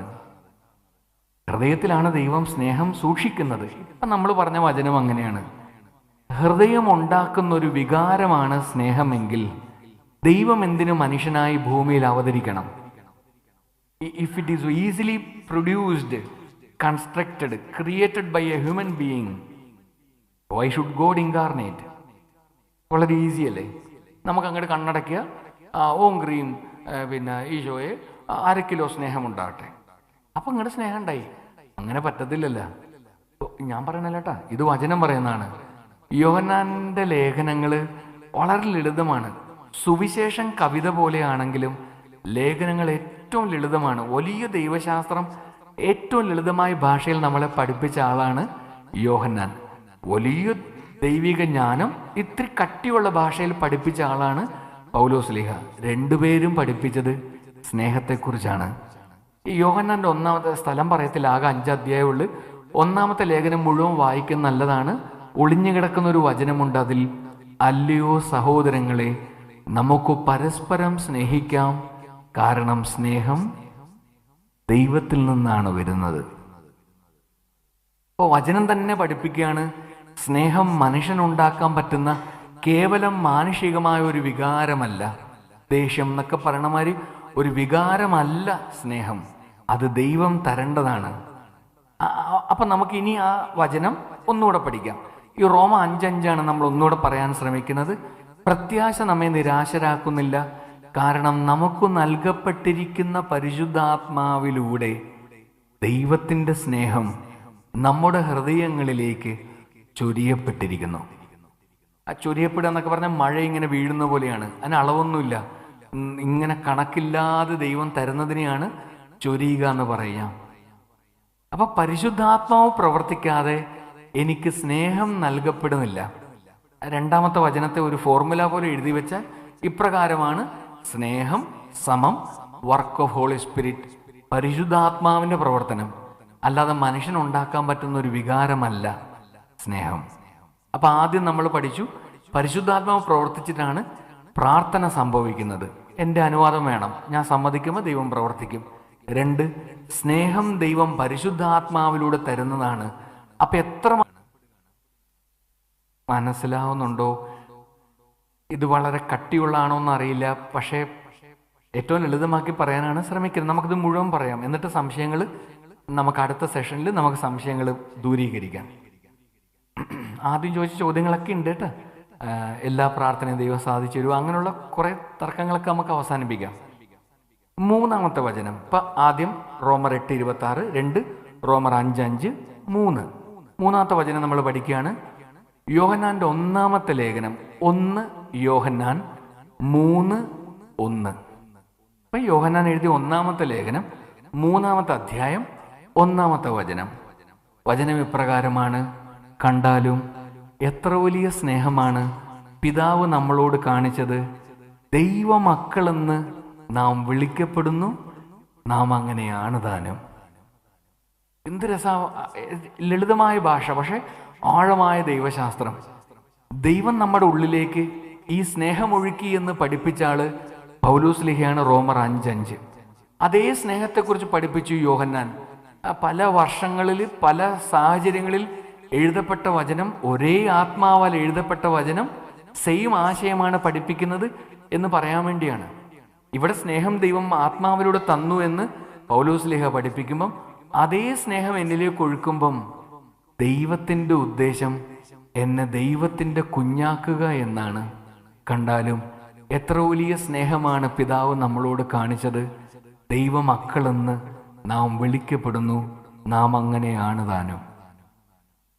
ഈ സ്നേഹം എന്നിലേക്ക് ഒഴുക്കുമ്പം ദൈവത്തിൻ്റെ ഉദ്ദേശം ദൈവത്തിൻ്റെ കുഞ്ഞാക്കി എന്നെ മാറ്റുക എന്നാണ്. ഓക്കെ, നമുക്ക് ആ കണക്ഷൻ പോകാതെ പെട്ടെന്ന് വേറൊരു വചനം കൂടെ പഠിക്കാം. കാരണം സെയിം പൗലോസും സെയിം യോഹന്നാനും ഒരേ കാര്യമാണ് പഠിപ്പിച്ചെന്ന് പറയാൻ വേണ്ടിയാണ്. പുതിയ നിയമം എല്ലാം ഒരേ ആത്മാവ് എഴുതിയാന്ന് എന്ന് തെളിയിക്കാൻ വേണ്ടിയാണ്. അപ്പം നമുക്ക് 4-ാമത്തെ വചനം പഠിക്കാം. റോമർ 8:15. റോമർ 8:15. വചനം ഇപ്രകാരമാണ്: നിങ്ങളെ വീണ്ടും ഭയത്തിലേക്ക് നയിക്കുന്ന അടിമത്തത്തിൻ്റെ ആത്മാവിനെ അല്ല നിങ്ങൾ കൈക്കൊണ്ടിരിക്കുന്നത്, പകരം പുത്രസ്വീകാര്യത്തിൻ്റെതാണ്. ഈ ആത്മാവ് മൂലമാണ് നാം ദൈവത്തെ ആബ്ബാ പിതാവേ എന്ന് വിളിക്കുന്നത്. ദൈവത്തെ എന്ന വാക്കവിടെ ഇല്ല. ഈ ആത്മാവ് മൂലമാണ് നാം ആബ്ബാ പിതാവേ എന്ന് വിളിക്കുന്നത്. ഈ പ്രപഞ്ചം മുഴുവൻ സൃഷ്ടിച്ച് ഇത് മുഴുവൻ പരിപാലിച്ചുകൊണ്ടിരിക്കുന്ന, ഈ ഭൂമി മുഴുവൻ ആരാധിക്കുന്ന ദൈവം എൻ്റെ അബ്ബാ പിതാവാണെന്ന് പഠിപ്പിച്ച ഏക പുസ്തകം ബൈബിളാണ്. ഈശോ പറഞ്ഞ, ഒരു പക്ഷേ നമ്മുടെ മനസ്സിലാക്കൽ ഈശോ സ്വന്തം അതരത്തിൽ നിന്ന് പറഞ്ഞ ആദ്യത്തെ വചനം 12 വയസ്സിൽ ദേവാലയത്തിൽ കാണാതെ പോകുമ്പം 3 ദിവസം കഴിഞ്ഞ് തിരിച്ചു കിട്ടുമ്പോൾ പറഞ്ഞ മറുപടിയാണ്: ഞാൻ എൻ്റെ പിതാവിൻ്റെ കാര്യങ്ങളിൽ വ്യാപൃതനാകണമെന്ന് നിങ്ങൾക്കറിയാൻ പാടില്ലേ. അന്ന് ആ ഇത്തിരി പോകുന്ന 12 വയസ്സ് മുതൽ ദൈവത്തെ അപ്പാ എന്ന് തന്നെയാണ് ഈശോ വിളിച്ചത്. അബ്ബാ. ഈ അപ്പ എന്ന് നമ്മുടെ മലയാള ഭാഷയിലേക്ക് മാറ്റുമ്പോൾ കിട്ടുന്ന വാക്ക് ഒരാളുടെ പേരല്ലല്ല. അപ്പൻ എന്നത് ഒരു ബന്ധത്തിൻ്റെ സൂചനയാണ്. അപ്പം ആ വചനം വളരെ ഗൗരവമുള്ളതാണ്. നമുക്കൊരു മാസം നിന്ന് പറയാൻ മാത്രം ഈ റോമർ 8:15 അത്ര ജ്ഞാനമുള്ള വചനമാണ്. ആദ്യത്തെ ഭാഗം നിങ്ങളെ ഭയത്തിലേക്ക് നയിക്കുന്നത്, അതിങ്ങനെ മാറ്റിവെച്ചിട്ട് അടുത്ത വചനം. ഈ ആത്മാവ് മൂലമാണ് നാം അബ്ബാ പിതാവേ എന്ന് വിളിക്കുന്നത്. മൂന്നാമത് നമ്മൾ പഠിച്ചാണ് അപ്പനായ ദൈവം നമ്മളിലേക്ക് സ്നേഹമൊഴുക്കുമ്പം നമ്മളെ ദൈവത്തിൻ്റെ കുഞ്ഞാക്കുകയാണ്. 4, നമ്മൾ ദൈവത്തിൻ്റെ കുഞ്ഞായതുകൊണ്ടാണ് ദൈവത്തെ അപ്പാ എന്ന് വിളിക്കുന്നത്. ഇതുകൂടെ പറഞ്ഞ് നമുക്ക് നമ്മുടെ കാര്യങ്ങളിലേക്ക് കടക്കാം. 5-ാമത്തെ വചനം, ഒരുപക്ഷെ ഈ ആശയം തെളിയിക്കാനുള്ള 5-ാമത്തെ വചനം റോമർ 8:17. മക്കളെങ്കിൽ നിങ്ങൾ അവകാശികളുമാണ്. ഒരു കുഞ്ഞു വചനത്തിൽ എത്ര വലിയ ദൈവശാസ്ത്രമാണ് പറഞ്ഞതെന്ന് നോക്കിക്കേ. മക്കളെങ്കിൽ നിങ്ങൾ അവകാശികളാണ്. ഉദാഹരണം, പുറകിരിക്കുന്ന ഒരു പപ്പ ഞാൻ ആദ്യമായിട്ട് കാണുകയാണ്. ഞാൻ ആദ്യമായിട്ട് കാണുകയാണ്. അപ്പം എനിക്ക് തൊണ്ട ബുദ്ധിമുട്ടുണ്ട്. അപ്പം ഇത്തിരി വെള്ളം വേണമെന്ന് വിചാരിക്കുക. അപ്പം എനിക്ക് വെള്ളത്തിനൊന്നും യോഗ്യതയില്ലാത്ത ആളാണ്. അപ്പം ഞാൻ അദ്ദേഹത്തോട് കെഞ്ചുകയാണ്, പാപ്പ എനിക്ക് തൊണ്ട ഇങ്ങനെ എനിക്ക് ഇത്തിരി വെള്ളം തരുക എന്ന് ഞാൻ യാചിക്കുകയാണ്. കാരണം എനിക്ക് ഈ വെള്ളത്തിന് അവകാശമില്ല. ഞാൻ ആരുമല്ല, ഈ ഉടുപ്പിൻ്റെ ബലമൊന്നും ഇല്ലാത്തൊരു സാധാരണ ഈ അദ്ദേഹത്തെ പോലെ ഫോട്ടോ എടുക്കാൻ വന്നതോ ഈ തറ തുടയ്ക്കാൻ വന്ന ഒരു ആളാണ്. അദ്ദേഹം വലിയ മനുഷ്യൻ. അപ്പം ഞാൻ എനിക്ക് ഇത്തിരി തൊണ്ടവേ എനിക്ക് ഇത്തിരി വെള്ളം തരുക എന്ന് ഞാൻ യാചിക്കുകയാണ്. ഈ പുറകിലിരുന്ന് എഴുതിക്കൊണ്ടിരിക്കുന്ന ആള് എൻ്റെ അപ്പനാണെന്ന് വിചാരിക്കുക. ഞാൻ യാചിക്കണ, ഞാൻ കാലേ കെട്ടി വീണ് യാചിക്കണ, ഒരു ഗ്ലാസ് വെള്ളം വാങ്ങിച്ചു തരുക എന്ന് ഞാൻ യാചിക്കണ. ഞാൻ എന്നാ പറയാം, പാപ്പ ഈ ഭയങ്കര ദാഹിക്കണം പാപ്പ, ഇത്തിരി വെള്ളം നമുക്ക് എവിടെയെങ്കിലും നോക്കടാ വാടാ. അതാണ് വ്യത്യാസം. ഒരുപക്ഷെ ഈശോ കൊണ്ടുവന്ന ഏറ്റവും വലിയ വിപ്ലവം ഇതാണ്, ദൈവം സ്നേഹമാണെന്ന്. എന്നിട്ട് ആ സ്നേഹം സ്വന്തം അപ്പനാണെന്ന് പഠിപ്പിച്ച് ദൈവത്തെ അബ്ബാ എന്ന് വിളിക്കാൻ മാത്രം ഈശോയാണ് നമ്മളെ മക്കളാക്കി വളർത്തിയത്. കാരണം പരിശുദ്ധാത്മാവിനെ തന്നു. ദൈവത്തിൻ്റെ ആത്മാവ് ഉള്ളവരെല്ലാം ദൈവപുത്രന്മാരാണ് എന്ന് പഠിപ്പിച്ച പൗലോസിന്റെ വചനം ഓർത്തു നോക്കിയേ. ഈ സൗജന്യമായിട്ട് ഈ ആത്മാവിനെ തരുമ്പം അതിനെ സ്വീകരിച്ചവരെല്ലാം ദൈവത്തിൻ്റെ കുഞ്ഞുങ്ങളാവുകയാണ്. പിന്നെ നമ്മൾ എന്തിനാ യാചിക്കുന്നത്? മനസ്സിലാവുന്ന പോലെ പറയാം. ഇപ്പം എൻ്റെ ഇടവക പള്ളിയിൽ ഒരു വലിയ കൽക്കുരിശുണ്ട്. വെള്ളിയാഴ്ച വലിയ പ്രാർത്ഥനകൾ അവിടെ ഉണ്ട്. അപ്പം ഇങ്ങനെ സാധാരണ മനുഷ്യർ പാവങ്ങളൊക്കെ വരുന്നത്, അവരിങ്ങനെ ഇഷ്ടികയൊക്കെയാണ് അവിടെ, കുറേ ഇഷ്ടിക വെച്ചിട്ടുണ്ട് ഇതിനു വേണ്ടി തന്നെ. അവരിങ്ങനെ ഇഷ്ടിക എടുത്ത് ഇങ്ങനെ തലയിൽ വെച്ചിട്ട് ഇങ്ങനെ ഈ കുരിശിന് ചുറ്റും ഇങ്ങനെ കുറേ തവണ ഇങ്ങനെ നടക്കും. ദൈവം ആഗ്രഹിക്കുന്നുണ്ടായിരിക്കുമോ? നിങ്ങൾ അപ്പനാണെങ്കിൽ നിങ്ങൾ ആഗ്രഹിക്കുമോ നിങ്ങളുടെ കുഞ്ഞുങ്ങൾ ഒരു പെൻസിൽ വാങ്ങാൻ വേണ്ടി നിങ്ങളുടെ അടുത്ത് വന്ന് 2 രൂപ പോലും ഉണ്ടാവില്ല. അപ്പം നിങ്ങളുടെ അടുത്ത് വന്നിട്ട് പാപ്പ ഈ ഒരു പെൻസിൽ വാങ്ങിത്തരുക. അപ്പം നിങ്ങൾ പറയാണ് സ്കൂൾ തുടങ്ങിയപ്പോൾ ഒരെണ്ണം വാങ്ങിച്ചാന്നുള്ള, നീ ഇത് കളഞ്ഞല്ലേ, നീയൊക്കെ അങ്ങനെ നന്നാവും, ഗതി പിടിക്കും, 2 രൂപ മുടക്കണ്ടേ, ഇനി എന്നാ വാങ്ങിച്ചു തരാം. വീടിന് ചുറ്റും 3 വട്ടം വലം വെച്ചിട്ട് വാ, 300 വട്ടം തലകുത്തി മറിയും, ഇന്ന കാര്യങ്ങൾ ഇത്ര തവണ ചെല്ലിച്ചും വാ. നിങ്ങൾ പറയുമോ? പറ്റത്തില്ല. കാരണം നിങ്ങൾ അപ്പനാണ്, നിങ്ങൾ അമ്മയാണ്, നൊന്തു പ്രസവിച്ച അമ്മയാണ്. നിങ്ങൾക്കത് പറയാൻ പറ്റത്തില്ല. ഇത്തിരി പോകുന്ന മനുഷ്യർക്ക് അത് ചെയ്യാൻ പറ്റത്തില്ലെങ്കിൽ ദൈവം കൊതിക്കുക. നിങ്ങളൊരാവശ്യവുമായിട്ട് വരുമ്പം നിങ്ങളുടെ അപ്പനായ ദൈവം പറയുക, എനിക്ക് മനസ്സില്ല, നീ പോയിട്ട് അടുത്ത വർഷം വാന്ന്. ഇതൊക്കെ നമുക്ക് തല കൊണ്ട് സമ്മതിക്കാൻ പറ്റത്തില്ല. കാരണം നമ്മൾ എത്ര വർഷം പ്രാർത്ഥിച്ച കാര്യങ്ങൾ സാധിക്കാതെ പോയിട്ടില്ലേ? അപ്പം നമുക്കിതൊന്നും മനസ്സിലാവണില്ല. ഇങ്ങനെ പ്രാർത്ഥിച്ചാൽ മതി. ഓരോ ധ്യാനകേന്ദ്രവും പ്രാർത്ഥന ഇറക്കണുണ്ട്. നോമ്പ് കാലത്ത് എന്തോരം ആൾക്കാരാണ് യൂട്യൂബിൽ വചനം പറയണേ. ഇതെല്ലാം കൂടെ കേട്ട് നമുക്ക് ഭയങ്കര ടെൻഷനാവും. ദുശക്തികളുടെ വിളയാട്ടം, പിശാചാണെന്നൊക്കെ പറഞ്ഞ് പഠിപ്പിക്കണ എന്തോരം ആൾക്കാരുണ്ട്. ദൈവം അങ്ങനെ ചെയ്യുവാന്ന് ഓർത്തേ. ദൈവം ചെയ്യുമായിരിക്കും. കാരണം ദൈവം ഇങ്ങനെ ആകാശത്തിനപ്പുറം എവിടെയോ ഇരിക്കണ ഒരു സംവിധാനമാണ്. അപ്പൊ ദൈവത്തിന് അങ്ങനെ പറ്റുമായിരിക്കും. പക്ഷെ ഈശോ പഠിപ്പിച്ച ദൈവം അപ്പനാണ്. അപ്പൻ എന്നത് ഒരാളുടെ പേരല്ല, ഒരു ബന്ധത്തിന്റെ സൂചനയാണ്. ഈ പ്രപഞ്ചം മുഴുവൻ സൃഷ്ടിച്ചു പരിപാലിക്കുന്ന, ഈ ലോകം മുഴുവൻ ആരാധിക്കുന്ന ദൈവം എൻ്റെ അപ്പനാണ്. എന്ത് രസാ നോക്കിക്കേ. ഇത് ആരാ പഠിപ്പിച്ച? ഈശോ. ആരാണ് ഈ കൃപ തന്നത്? ഈശോ. അവനെ വിശ്വസിച്ചവർക്കെല്ലാം അവൻ്റെ നാമത്തിൽ വിശ്വസിച്ചവർക്കെല്ലാം ദൈവമക്കളാകാൻ അവൻ കൃപ നൽകി. എന്ത് രസാന്ന് നോക്കിയേ. ഇത് നമുക്ക് സമ്മതിക്കാൻ പറ്റണില്ല. കാരണം എന്താ? നമ്മളിൽ സ്നേഹം നിറഞ്ഞിട്ടില്ല. നമ്മളിൽ എന്തുകൊണ്ട് സ്നേഹം നിറഞ്ഞിട്ടില്ല?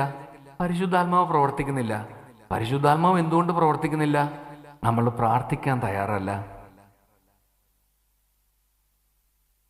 ഈ ദൈവത്തോടുള്ള ബന്ധം ഊട്ടിയുറപ്പിക്കുന്ന ആളുടെ പേരാണ് പരിശുദ്ധാത്മാവ്.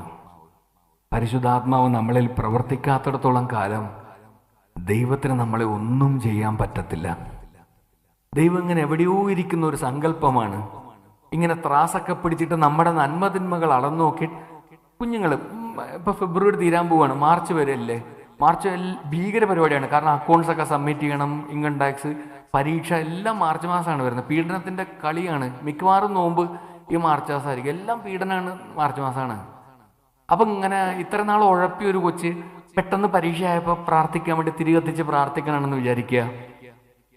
അവന്റെ മനസ്സിൽ ആദ്യം വരണം എന്താ? ഇത്രയും നാൾ ഞാൻ ഉഴപ്പിയല്ല, ഇനി ദൈവത്തോട് എന്താ പറയുക? ഇപ്പൊ ദൈവം എന്താ വിചാരിക്കുക? പിന്നെ ഞാൻ അന്ന് കോപ്പിയൊക്കെ അടിച്ചില്ല, ഞാൻ അന്ന് പപ്പയെ തെറി പറഞ്ഞാണല്ല, ടീച്ചറെ ഞാൻ മറ്റേ റോക്കറ്റ് എറിഞ്ഞ് വീഴ്ത്താൻ നോക്കിയാണ്. അപ്പൊ ദൈവം എന്റെ പ്രാർത്ഥന കേൾക്കൂല. ദൈവം അപ്പനാണെങ്കിൽ എങ്ങനെ കേൾക്കാതിരിക്കാൻ പറ്റും?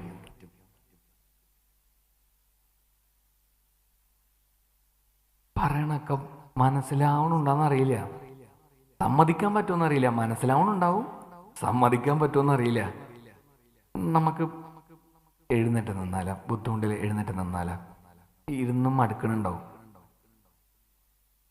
ചൂടെടുക്കണ ആരെങ്കിലും ഉണ്ടെങ്കിൽ ചോദിക്കുകയാണെങ്കിൽ ഉടുപ്പ് തരാം കേട്ടാ. അല്ല, ഞങ്ങൾ ചൂടുകാലത്ത് പ്രത്യേക AC സൗകര്യമുണ്ട് ഇതിൻ്റെ അകത്ത്. ഇനി ഭയങ്കരമായിട്ട് തണുപ്പ് തോന്നുന്ന ആൾക്കാരും ചോദിച്ചാൽ ഈ ഉടുപ്പ് തരാം. ആദ്യത്തെ 5 മിനിറ്റ് ഫ്രീ ആണ്, പിന്നെ കാശ് തരണം. Thank you. ബുദ്ധിമുട്ടില്ലെങ്കിൽ കണ്ണടയ്ക്കാവാ. നമ്മളും സാധാരണ മനുഷ്യരാണ്, നമുക്ക് നിറയെ പ്രശ്നമുണ്ട്. അപ്പം ഇങ്ങനെ പെട്ടെന്ന് ശ്രദ്ധ മാറിപ്പോവും. മറ്റവൾ എന്താ പ്രാർത്ഥിക്കാത്ത? അച്ഛനിപ്പോൾ എങ്ങോട്ടായിരിക്കും നോക്കണേ? അത് വിട്ടുകളെ. സ്വന്തം അപ്പാന്ന് വിളിച്ചിട്ട് നമ്മൾ ദൈവത്തോട് പ്രാർത്ഥിക്കുകയാണ്. യോഹന്നാന്റെ സുവിശേഷം 8-ാം അധ്യായം 55-ാം വചനം, ദൈവമെന്ന് നിങ്ങൾ വിളിക്കുന്ന എൻ്റെ പിതാവ്, ആ പിതാവിനെയാണ് ഞാൻ നിങ്ങൾക്ക് തന്നത്. ദൈവമെന്ന ആ ആശയം പോലും മാറ്റിക്കളഞ്ഞിട്ട് എവിടെയൊക്കെ ദൈവം എന്ന വാക്കുകൊണ്ട് അവിടെ എല്ലാം അപ്പാന്ന് വിളിക്കാനാണ് ഈശോ പറഞ്ഞത്. എന്ത് രസം! അപ്പാന്ന് വിളിച്ചിട്ട് പ്രാർത്ഥിക്കുമ്പോൾ എന്ത് രസമായിരിക്കും. അപ്പന് മനസ്സിലാക്കാൻ പറ്റാത്ത എന്ത് പ്രശ്നത്തിലൂടെയാണ് നമ്മൾ കടന്നു പോവുക. എന്ത് ഭാരമാണ് നമ്മളെ സങ്കടപ്പെടുത്തുന്നത്? രോഗമാ, ജോലി കിട്ടാത്തതാ, കടബാധ്യത, ഏതാണ് നമ്മളെ തളർത്തുന്നത്? സ്വന്തം അപ്പനെ അറിയാൻ പാടില്ലാത്ത എന്ത് പ്രശ്നമാണ് നമുക്കുള്ളത്? ഇതാ ഈശോ പറഞ്ഞത്, നീ പ്രാർത്ഥിക്കുമ്പോൾ വിജാതീയരെ പോലെ അതിഭാഷണം ചെയ്യരുത്. കണ്ട, അപ്പൊ വിജാതീയരെന്ന വാക്ക് മറ്റു മതത്തിൽപ്പെട്ടെന്ന് അർത്ഥമല്ല കേട്ടോ. നിരീശ്വരവാദിയെ, ദൈവവിശ്വാസം ഇല്ലാത്തവരെ പുതിയ നിയമം വിളിച്ച വാക്കാണ് വിജാതീയർ. എല്ലാ അർത്ഥത്തിലും അല്ല, പക്ഷെ ആ വാക്കിന് നിരീശ്വരവാദി എന്നുകൂടി അർത്ഥമുണ്ട്, വിശ്വാസം ഇല്ലാത്തവർ എന്നുകൂടി അർത്ഥമുണ്ട്. അപ്പൊ വിശ്വാസം ഇല്ലാത്തവർ വലിയ വലിയ വർത്താനം പറയും. ദൈവം നിന്റെ അപ്പനാണെങ്കിൽ നീ എന്തിനാ വർത്താനം പറയണേ? നീ രഹസ്യത്തിൽ മുറിയിൽ കയറി കഥകടച്ച് രഹസ്യത്തിൽ നിന്റെ അപ്പനോട് പറയാനാ പറഞ്ഞത്. അത്ര കൊച്ചു കാര്യങ്ങൾ പോലും നിന്റെ അപ്പനറിയാം. നമുക്കതിങ്ങനെ മനസ്സിൽ കൊണ്ടുവന്നാല, എൻ്റെ ദൈവത്തോടുള്ള എൻ്റെ ബന്ധമാണ് പ്രാർത്ഥന. ആ ബന്ധം സ്ഥാപിച്ചു തരുന്നത് പരിശുദ്ധാത്മാവാണ്. ആ പരിശുദ്ധാത്മാവിനെ എനിക്ക് തന്നത് എൻ്റെ ഈശോയാണ്. അപ്പൊ ഈശോയ്ക്ക് നന്ദി പറയാൻ മാത്രമേ, അതായിരിക്കും ബെസ്റ്റ് പ്രാർത്ഥന. വേറെന്താ ഡിമാൻഡ് ചെയ്യുക? ശരിക്കും ഇന്നത് താന്ന് പറയാൻ നമ്മൾ ആരാ? ശരിക്കും നമ്മൾ ചോദിക്കുന്നതിനേക്കാൾ എത്രയോ ഭംഗിയായിട്ടാണ് ദൈവം നമ്മുടെ ജീവിതത്തിൽ ഇടപെടുന്നത്. അത് വിശ്വാസം ഉണ്ടെങ്കിലും മനസ്സിലാവും. നമുക്കതിന് നന്ദി പറഞ്ഞാൽ കണ്ണടച്ചിട്ട് ഉള്ളിൻ്റെ ഉള്ളിൽ നിന്ന് അബ്ബാന്ന് വിളിക്കാവാ. ആരും കേൾക്കണ്ടെന്നേ. ഏറ്റവും രഹസ്യമായിട്ട് ചമ്മൽ തോന്നും. അങ്ങനെയൊക്കെ വേറൊരു ഭാഷയിലുള്ള വാക്കാണത്. അപ്പാന്ന് വിളിച്ചാലും മതി. അപ്പച്ച, ഡാഡി, പപ്പ, ചാച്ച നിങ്ങൾ എന്താ വിളിക്കുക, അത് ശരിക്കും ദൈവത്തെ വിളിച്ചാൽ മതി. അത്രയ്ക്കും ഇൻറ്റിമേറ്റ് ആയിട്ട്, അത്രയ്ക്കും ക്ലോസ് ആയിട്ടുള്ളൊരു പേരായിട്ടാണ് ഈശോ ദൈവത്തെ അവതരിപ്പിച്ചത്. ഉള്ളിൻ്റെ ഉള്ളിൽ നിന്ന് അങ്ങനെ പറയാവാ, അപ്പാ.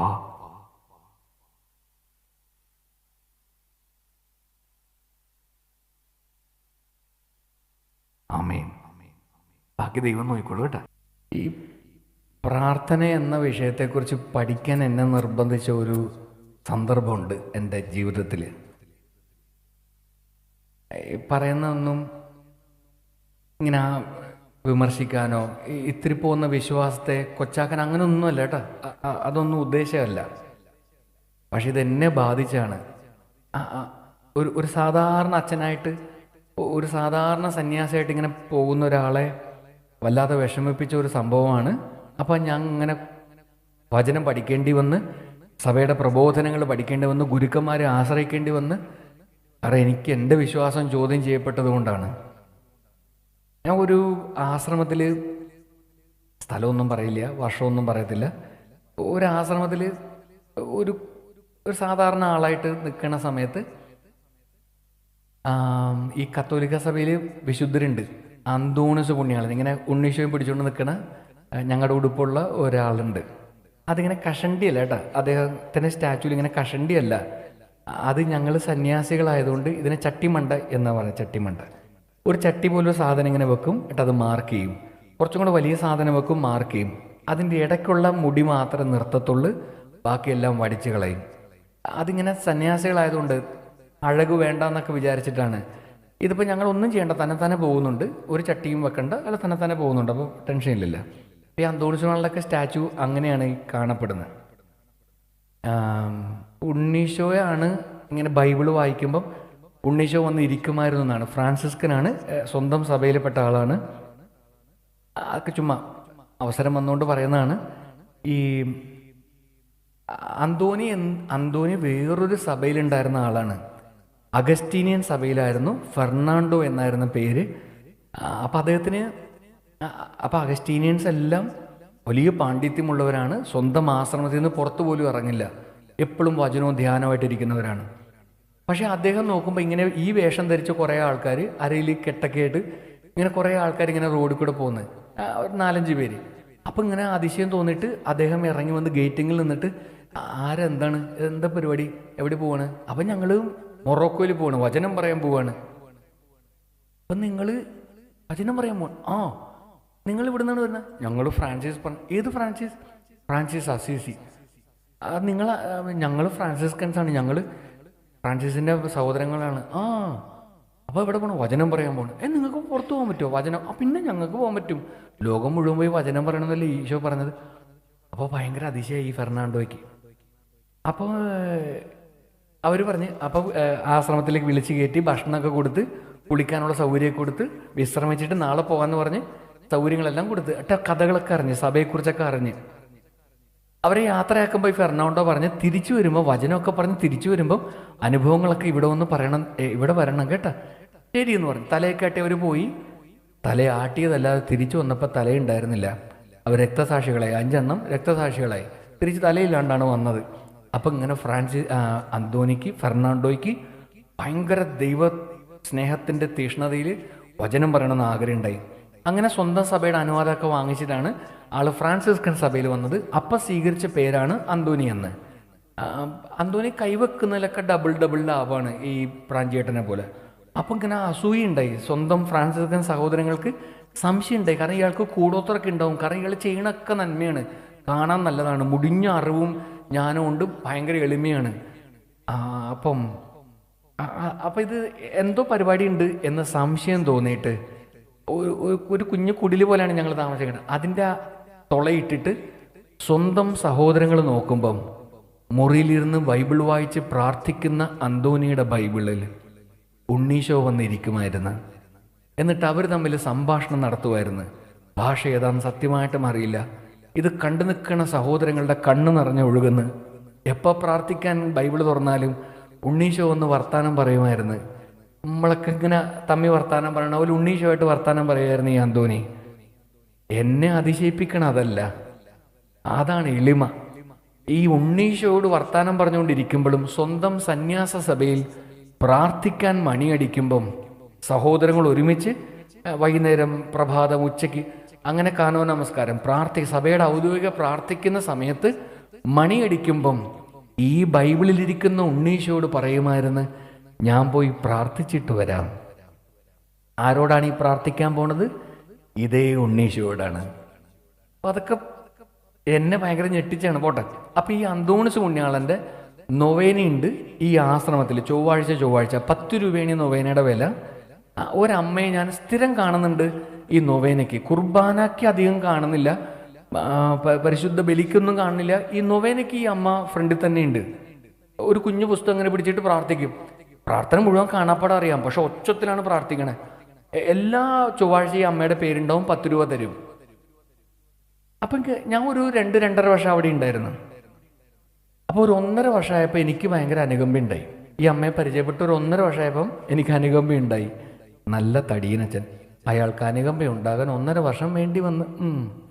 ഞാൻ എന്തായാലും ഈ അമ്മയോട് പറഞ്ഞു, അമ്മ ഇങ്ങനെ എല്ലാവരും പോയി കഴിയുമ്പോൾ ഈ അന്തോണി ഇങ്ങനെ കെട്ടിപ്പിടിച്ചിട്ട് അമ്മ നിലവിളിക്കണുണ്ടല്ല, അമ്മ എന്തിനാ വിഷമിക്കണേ, എന്നോട് പറയുകയാണെങ്കിൽ ഞാനും പ്രാർത്ഥിക്കാം. അപ്പം അമ്മ പറഞ്ഞ്, അയ്യോ നല്ല കാര്യം, അച്ഛൻ ഇപ്പോഴെങ്കിലും ചോദിച്ചില്ല അച്ഛാ, വീട്ടിൽ നല്ല ബുദ്ധിമുട്ടാണ് സാമ്പത്തികം. എന്നാൽ ഈ മകളെ ഞാൻ കണ്ടിട്ടേ ഇല്ല കേട്ടാ, അവൾ ഒരിക്കൽ പോലും ഞാൻ കണ്ടിട്ടില്ല. മകള് നന്നായി പഠിച്ചതാണ് അച്ഛാ, അപ്പം അവൾക്ക് വിദേശത്ത് പോകാൻ പറ്റും. കണ്ട ഇത്രയും ചെറിയ കാര്യത്തിലാണ് അമ്മ സങ്കടപ്പെടണം, ഇന്നലെ വിളിക്കണെന്തിനാ? ഞാൻ നോക്കിക്കോളാം, അമ്മ പൊക്കോ. അമ്മയെ സമാധാനിപ്പിച്ച് ഞാൻ പറഞ്ഞു വിട്ട്. പള്ളിയൊക്കെ അടക്കണ സമയത്ത്, ഇതൊക്കെ എടുത്തു വെക്കണ സമയത്ത് ഞാൻ അന്തോണിസ് പുണ്യാളോട് പറഞ്ഞ്, അന്തോണിസ് പുണ്യാളാ, നിനക്ക് നാണയില്ലേ? പുണ്യാളനാണെന്ന് പറഞ്ഞിട്ട് കൊച്ചിനെ പിടിച്ചുകൊണ്ടൊക്കെ നാണയില്ലേ? നമ്മൾ ഒരേ സഭയാണ്. സ്വഭാവം നോക്കരുത്. നമ്മൾ ഒരേ സഭയാണ്. ഒരു പാവപ്പെട്ട അമ്മ ഒന്ന് നിലവിളിക്കുമ്പോൾ നീ എന്ത് പുണ്യാളനാണ്? ഇത് സാധിച്ചു കൊടുക്കാൻ പാടില്ലേ? കയ്യിലല്ലേ ഉണ്ണീശ്വരിക്കണം, പറയാൻ പാടില്ലേ എന്നൊക്കെ ചോദിച്ച് ഞാൻ ഭീഷണിപ്പെടുത്തി. ഞാൻ പേടിപ്പിച്ചിട്ടാണ്, ഞാൻ കളിയാക്കിയിട്ടാണെന്ന് അറിയാൻ പാടില്ല. കാര്യം സാധിച്ച് ഈ അമ്മ വന്ന് ഞങ്ങൾക്ക് മുട്ടായൊക്കെ തന്ന്, ഞാൻ 5 കൊടുത്ത് ഞാൻ തിന്ന്. കാരണം ഞങ്ങൾക്ക് പറഞ്ഞിട്ടാണല്ലോ കാര്യം സാധിച്ചത്. പക്ഷെ ഇനി പറയുമ്പോഴാണ് സങ്കടം. ഞാൻ പറയണ അർത്ഥത്തിൽ മനസ്സിലാക്കണമെന്ന് താഴ്മയായി അഭ്യർത്ഥിക്കുന്നത്. വിദേശത്ത് പോകുന്ന ഒരാളെ സംബന്ധിച്ചിടത്തോളം 6 മാസം വളരെ ചെറിയ കാലാവധിയാണ്. ഈ 6 മാസം തികയ്ക്കുന്നതിന് മുമ്പ് ഈ കൊച്ച് തിരിച്ചു